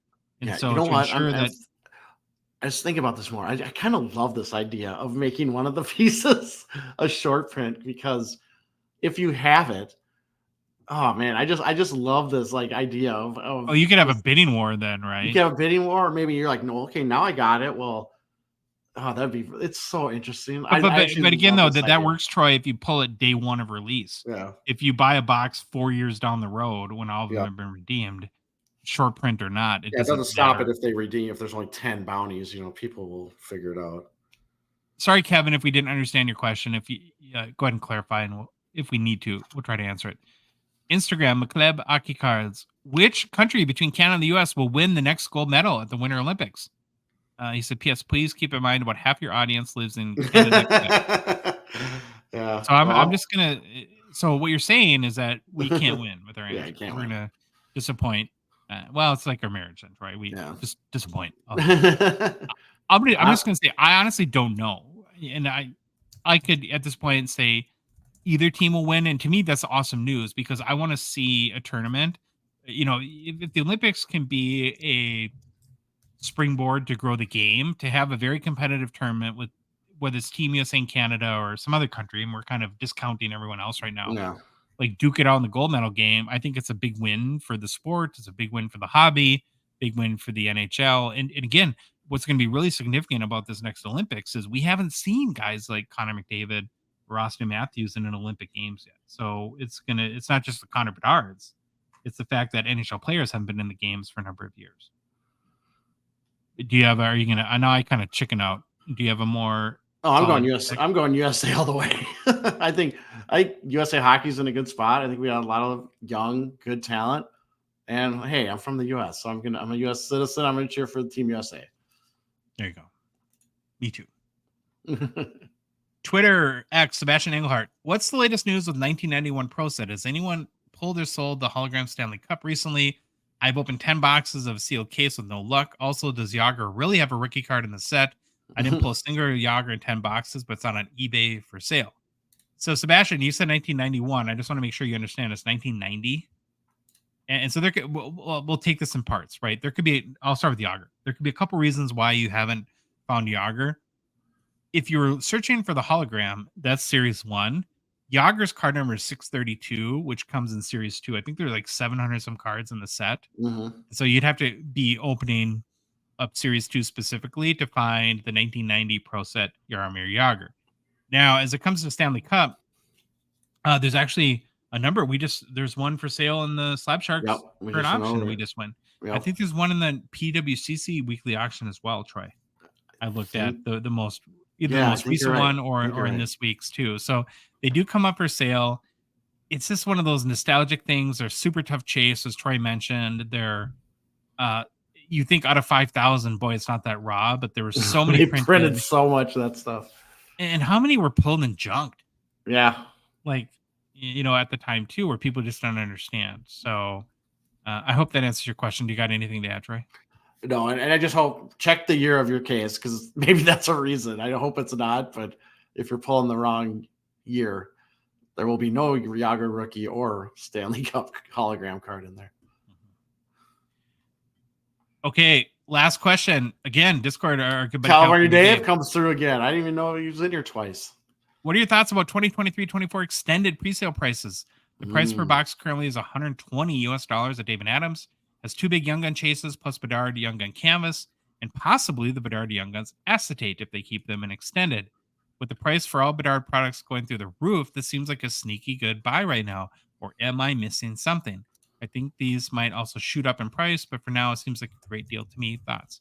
Great question. I find the price at 120 very attractive, and I've thought about locking in some for our show because I'm worried it'll be 250. Yeah, I'm afraid. Afraid David Adams is going to go. You know what? 300. No, 250 is probably more. But you kind of laid out all the arguments there, Dave, and I mean it seems like a better value than Series 2 actually to me right now. I don't know. Do you agree with that or disagree? Oh, I agree. I think so. Value. I think so. I like it better. All right. Great questions. Thank you for that. We actually have personal pickups to end the show. I do. You opened up a box of 2022-23 OPG Platinum today. Yes. You texted me every hit. I thought you were lying. You had the most stupid, ridiculous box ever. You guys are going to lose your mind when you see all the parallel. I mean, you didn't have like the greatest players, but the parallels were ridiculous. And then I opened a box for a pack opening videos, and it's not going to be as good. I'm just going to say that. But so I pulled 5 of them that I'm going to show, and this isn't even close to from one box. One box. So we got a Matty Beniers orange checker marquee rookie out of 25. Decent. Then I got a seismic gold marquee rookie Hayden Hodgson out of 50. Obviously, seismic gold. No, he's the guy that who was it? Mark Stone kind of punked at the season for him. Yeah. Yes. And then I got another seismic gold, just a regular seismic gold of Brock Nelson. So in one box, to recap quickly, so far, we have 1 orange checkers Beniers and 2 seismic golds. Yep. Keep going, Trey. And then we got a Linus Sandin liquid metal out of 349. I just put this one here because I didn't see it. This is the first time I've seen these. That's a new one. They're they're growing on me, but they're kind of weird. And then my auto, again, not the greatest player, but an Emerald Surge auto rookie, right? Yeah, marquee or a rookie auto out of 10. Emerald Surge R2. You say his last name because I can't. Rustalainen. Rustalainen. And those were some big, but then I have other parallels numbered out of like, I got tons of parallels. Like, I don't know if it was a miss box or something, but 2 seismic golds, a rookie auto, Emerald Surge. It was crazy. An Emerald Surge and orange checkers and 2 seismic golds in one box is that's probably not the collation that a person was looking for. I don't know, but I'm glad I hit it. It was kind of fun ripping it. My son was doing it with me, so we were just, he had no clue what was going on, and I was just like, that's odd to get 2 seismic golds in one box, but I'll take it. Bank error in your favor. Yeah. I have one personal pickup. I bought it right before I went on vacation. Really excited to get it. It's a card that has 2 things I absolutely love. First of all, I love the OPC Marquee Rookie Lenticular 3D SP cards. Never had one before until now, but I've always liked the cards. And then, of course, I love Golden Gophers players. So I picked up this 2023-24 OPC Logan Cooley Marquee Rookie 3D. So I'm very excited to see what it looks like in hand. And it's my first kind of decent. I might try like a little Logan Cooley side PC. Nice. I'm kind of liking like the Desert Dog underdog vibe, and then our guy Logan Cooley. So nice. All right, Troy. Holy cow! 2 hours 41 minutes. If you like the episode, please leave a rating and review on Apple, Spotify, or whatever podcast app you listen to us on. If you love the show, you want to support us, want to chat with us on the Hockey Cards Gongshow Discord server, please consider a $5 a month donation. Join our $1.99 support level tier on Patreon. Link is in the show description. Whether you're listening to us on a podcast or watching us on YouTube, it's in our Instagram and TikTok profiles. You can go to our website, hockeycardsgongshow.com, and click on the Become a Patron link, or you can go to the Patreon website directly, patreon.com, and just search for Hockey Cards Gongshow. We're on social media. You can follow us on Instagram, Facebook, TikTok, Twitter, and YouTube. And Troy, the Hockey Cards Gongshow podcast is a production of Dollar Box Ventures LLC. Thanks all for joining us. Very happy to be back. And hopefully you're going to be with us Wednesday night with Billy Celio as we do our Series 2 release day YouTube live show. See you soon.